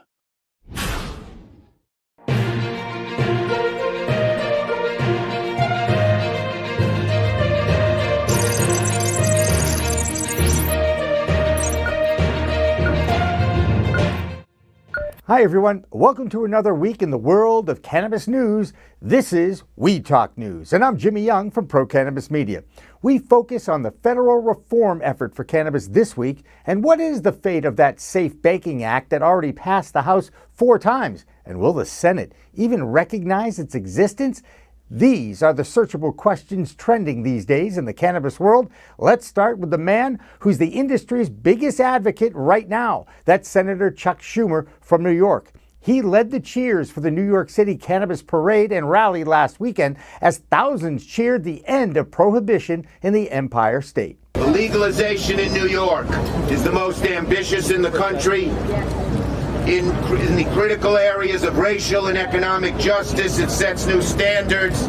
It makes real, tangible impacts on the lives of millions. So let's take a moment and celebrate what we have already accomplished. So to be able to walk down the street today and light that joint up, my first legal joint ever in New York City, it was a thing of beauty. So I want to thank each and every one of you who had a hand in doing it, however small that hand was or however big that hand was. Now we go from rah-rah sis-boom bong to reality. The Safe Banking Act has passed the U.S. House 4 times over the past few years, but hasn't even entered the U.S. Senate chamber yet. That bill is supposed to be about public safety and open the banking industry to cannabis. Right now, 69% of Americans favor federal legalization according to the latest polls, but few Republicans support it. As our financial law expert Ashley Elsner explains, none may be willing to gamble their political future on weed. If one or both of the houses reverts back to Republican control, you can kind of expect that it will be a while before we can get any passage for or movement on safe banking or any other marijuana-related legislation. Even though, as something that is truly genuinely bipartisan, I believe that cannabis actually is. It is a genuinely bipartisan initiative that, frankly, everybody really agrees with, but nobody is going to put their political capital towards getting it passed right now. The man who's in the Washington, D.C. trenches talking directly to the Republican bloc is Michael Correa from the NCIA. For him, it's hurry up and wait again. I tell people there's tremendous support for our issues, but we have to be realistic in making sure, we can get something over the finish line. And, I think we could get safe over the finish line, but it's whether our own supporters would want something like that or they would want more comprehensive reform. And those are some of the things I've been working on. And when you go, what's the update? I hate to say it. It's sort of business as usual. We have been in a waiting pattern for a month now, plus just waiting for Chuck Schumer and Ron Wyden and Cory Booker to drop their bill. And we've been waiting for the House Judiciary Committee to drop the MORE Act again. So the very moment we've been talking to the committees, talking to the offices, just wait. We haven't seen anything yet. So once it happens, once it drops, we'll be able to say, yeah, thumbs up, thumbs down, or what we need to do to get it over the finish line. The feds delay, the states move forward. We move forward with the Green Market Report's Deborah Borchardt from New York. I'm Deborah Borchardt from the Green Market Report with the Weed Talk News Business Update. Sundial Growers said it was buying Inner Spirit Holdings in a deal valued at about $131 million. Inner Spirit is better known as the retailer and franchisor of Spirit Leaf recreational cannabis stores across Canada. The Spirit Leaf network includes 86 locations. The Scotts Miracle-Gro Company announced sales increased 32% in its fiscal second quarter to $1.83 billion. Sales for the hydroponic segment, known as Hawthorne, increased 66% to $363 million. Tilray and Aphria have officially completed their previously announced merger. The combined company, which will be known as Tilray, has a market cap of approximately $8.2 billion. Ascend Wellness closed its previously announced IPO, raising $80 million. The shares began trading this week on the CSE under the ticker symbol AAWH.U. And those are the big headlines for Weed Talk News.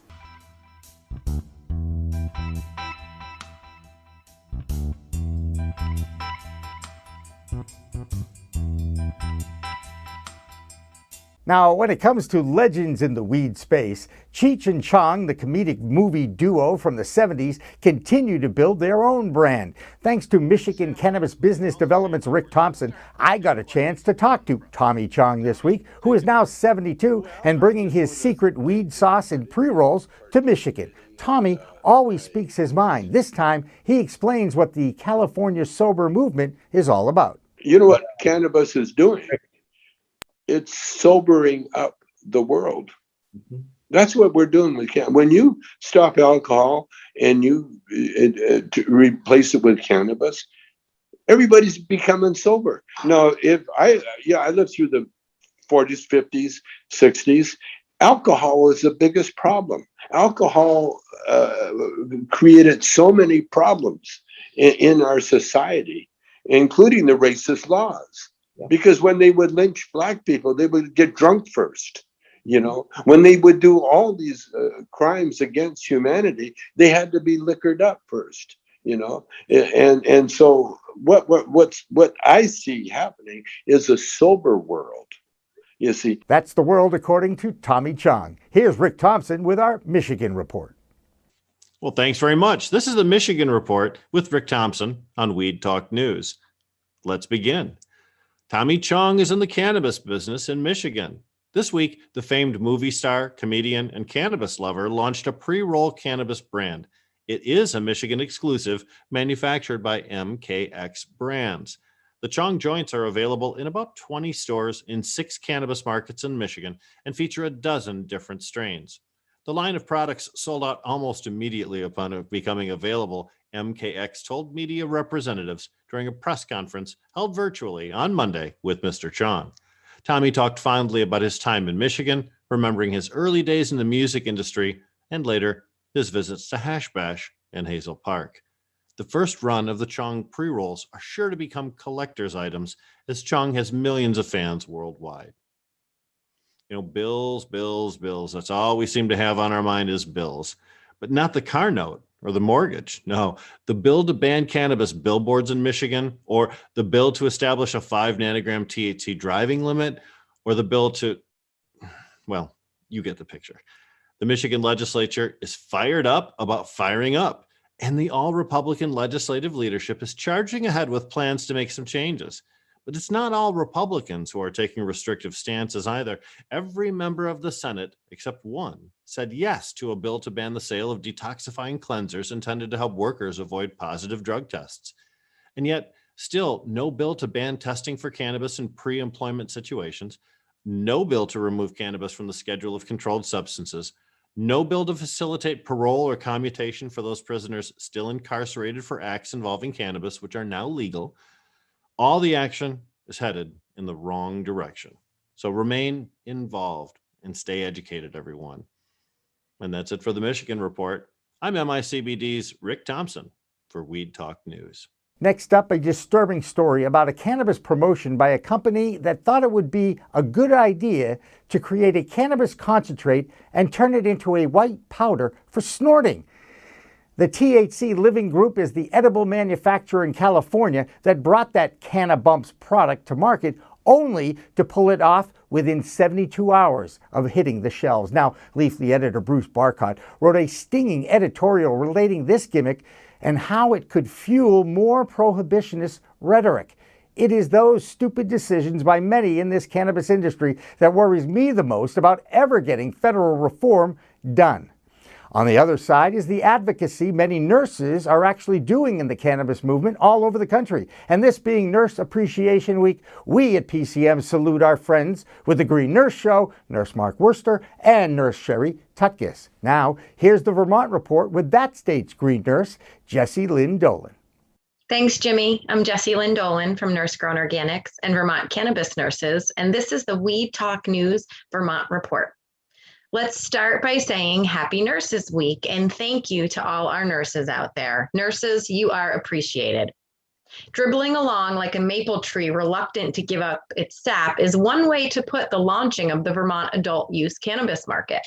Just 7 months away, the clock is counting down to the intended launch date in 2022. An advisory board for the yet to be confirmed by the Senate Cannabis Control Board is currently being formed, all while the final cannabis bill moves through the House. The bill looks as though it will pass, but every day of delay, which we can possibly blame on COVID, a reluctant governor, and some less than enthusiastic legislators and officials, pushes the launch date back even further. James Pepper, Vermont's newly appointed cannabis commissioner, spoke to the House this week, relaying his thoughts around the bill and its impact on the program's creation and timeline. This is also the first week legislators have allowed more testimony from advocacy groups like the Vermont Growers Association, Northeast Organic Farmers Association, Rural Vermont, and yours truly, Vermont Cannabis Nurses Association. Their message is consistent and united. The state needs a fair and strong social equity plan, an agricultural policy that's also fair to small farmers, and continued support and changes for the medical program and their patients. Any pro-cannabis attorneys out there might want to apply for the Cannabis Control Board's executive director. They just this week asked for 2 administrative assistants as well in order to take on both the adult use and medical program. That's the Vermont Report for Weed Talk News. I'm Vermont's cannabis nurse, Jessie Lynn Dolan. Here in Massachusetts, a woman who ran a multi-million-dollar illegal cannabis business pleaded guilty to tax and drug charges. 53-year-old Dina Martin ran a blatantly illegal delivery and distribution network out of her house in Milton, Massachusetts from 2015 to 2018, where she collected over $14 million and never paid any taxes. She employed at least 25 people at that time who were paid in cash. Sentencing is set for September 1st of this year. Now it's time to go north of the border to Canada and check in with MJ Biz Canada reporter Solomon Israel. I'm Solomon Israel from MJ Biz Canada, and this is the Weed Talk News Canadian Cannabis Report. Some small-scale producers of craft cannabis are getting a boost from the Ontario Cannabis Store. That's a government-operated online retailer in the major province of Ontario. The OCS has launched a new craft cannabis badge that appears on listings for some hand-produced cannabis. To get the badge, craft cannabis must be grown in a facility that produces less than 10,000 kilograms of marijuana per year. Designated craft cannabis must also be hang-dried, hand-trimmed, and packaged by hand. Canadian cannabis producer Sundial is acquiring Inner Spirit Holdings, which owns and franchises a major Canadian marijuana retail chain. The Spirit Leaf chain includes 86 corporate-owned stores and franchises in 5 provinces. The acquisition is worth 131 million Canadian dollars in cash and stock. Finally, the CEO of Canadian producer Organigram has left the company. Greg Engel stepped down from his role this week. Organigram did not provide a reason for the departure. You can read those stories and more at mjbizdaily.com. I'm Solomon Israel for MJ Biz Canada. Oregon was one of the United States' first states to decriminalize cannabis and the adult use of that plant. Illinois, one of the newest states to legalize adult use of cannabis, and both states set sales records in the month of April. Oregon sold $110.5 million of weed. Illinois, on the other hand, sets a new sales record every month. That state broke last month's record of $109 million with a month in April that totaled $115 million. For the rest of the news from Illinois, here's Margot Vaselli. I'm Margot Vaselli from Margowana with this week's Weed Talk News Report from Illinois. There's a new dispensary in our state. Thrive had over 100 people at its ribbon cutting ceremony this week. Residents were eager for this opening, especially those that are undergoing chemo treatments in the metropolis area. That will make the 4th dispensary that they've opened up in Illinois. Illinois cannabis giant GTI is apparently stepping away from its membership with Cannabis Business Association of Illinois due to its inability to expand its opportunities offered to diverse entrepreneurs. CEO Ben Kavlar explains that because of the provisions, dispensaries cannot be less than 1,500 feet of another existing dispensary, making social equity exclusion zones unfair for new dispensary owners. It's been almost a year since these social equity licenses were supposed to be offered, and money is going down the drain to stay on those licenses. Representative LaShawn Ford, along with other minority group leaders, are hopeful that this deadlock will end soon. That's the Illinois Report. I'm Margot Vaselli for We Talk News. The U.S. Supreme Court has denied the appeal of 2 cannabis companies who have been challenging the legality of the 280E tax clause. And that clause prohibits marijuana companies from taking business deductions just like every other business in America. The reason for the denial? The company's attorneys missed the filing deadline by a day. Come on, people. Responsible use of cannabis means never missing a deadline, okay? That is just as important as this. Now, let's go to Washington, D.C. for our report from Vote Pro Podcast, Phil Adams. Hi, I'm Phil Adams from Vote Pro Podcast, and this is the Weed Talk News DC report. A bipartisan coalition of lawmakers are urging congressional leaders not to punish universities engaged in cannabis research.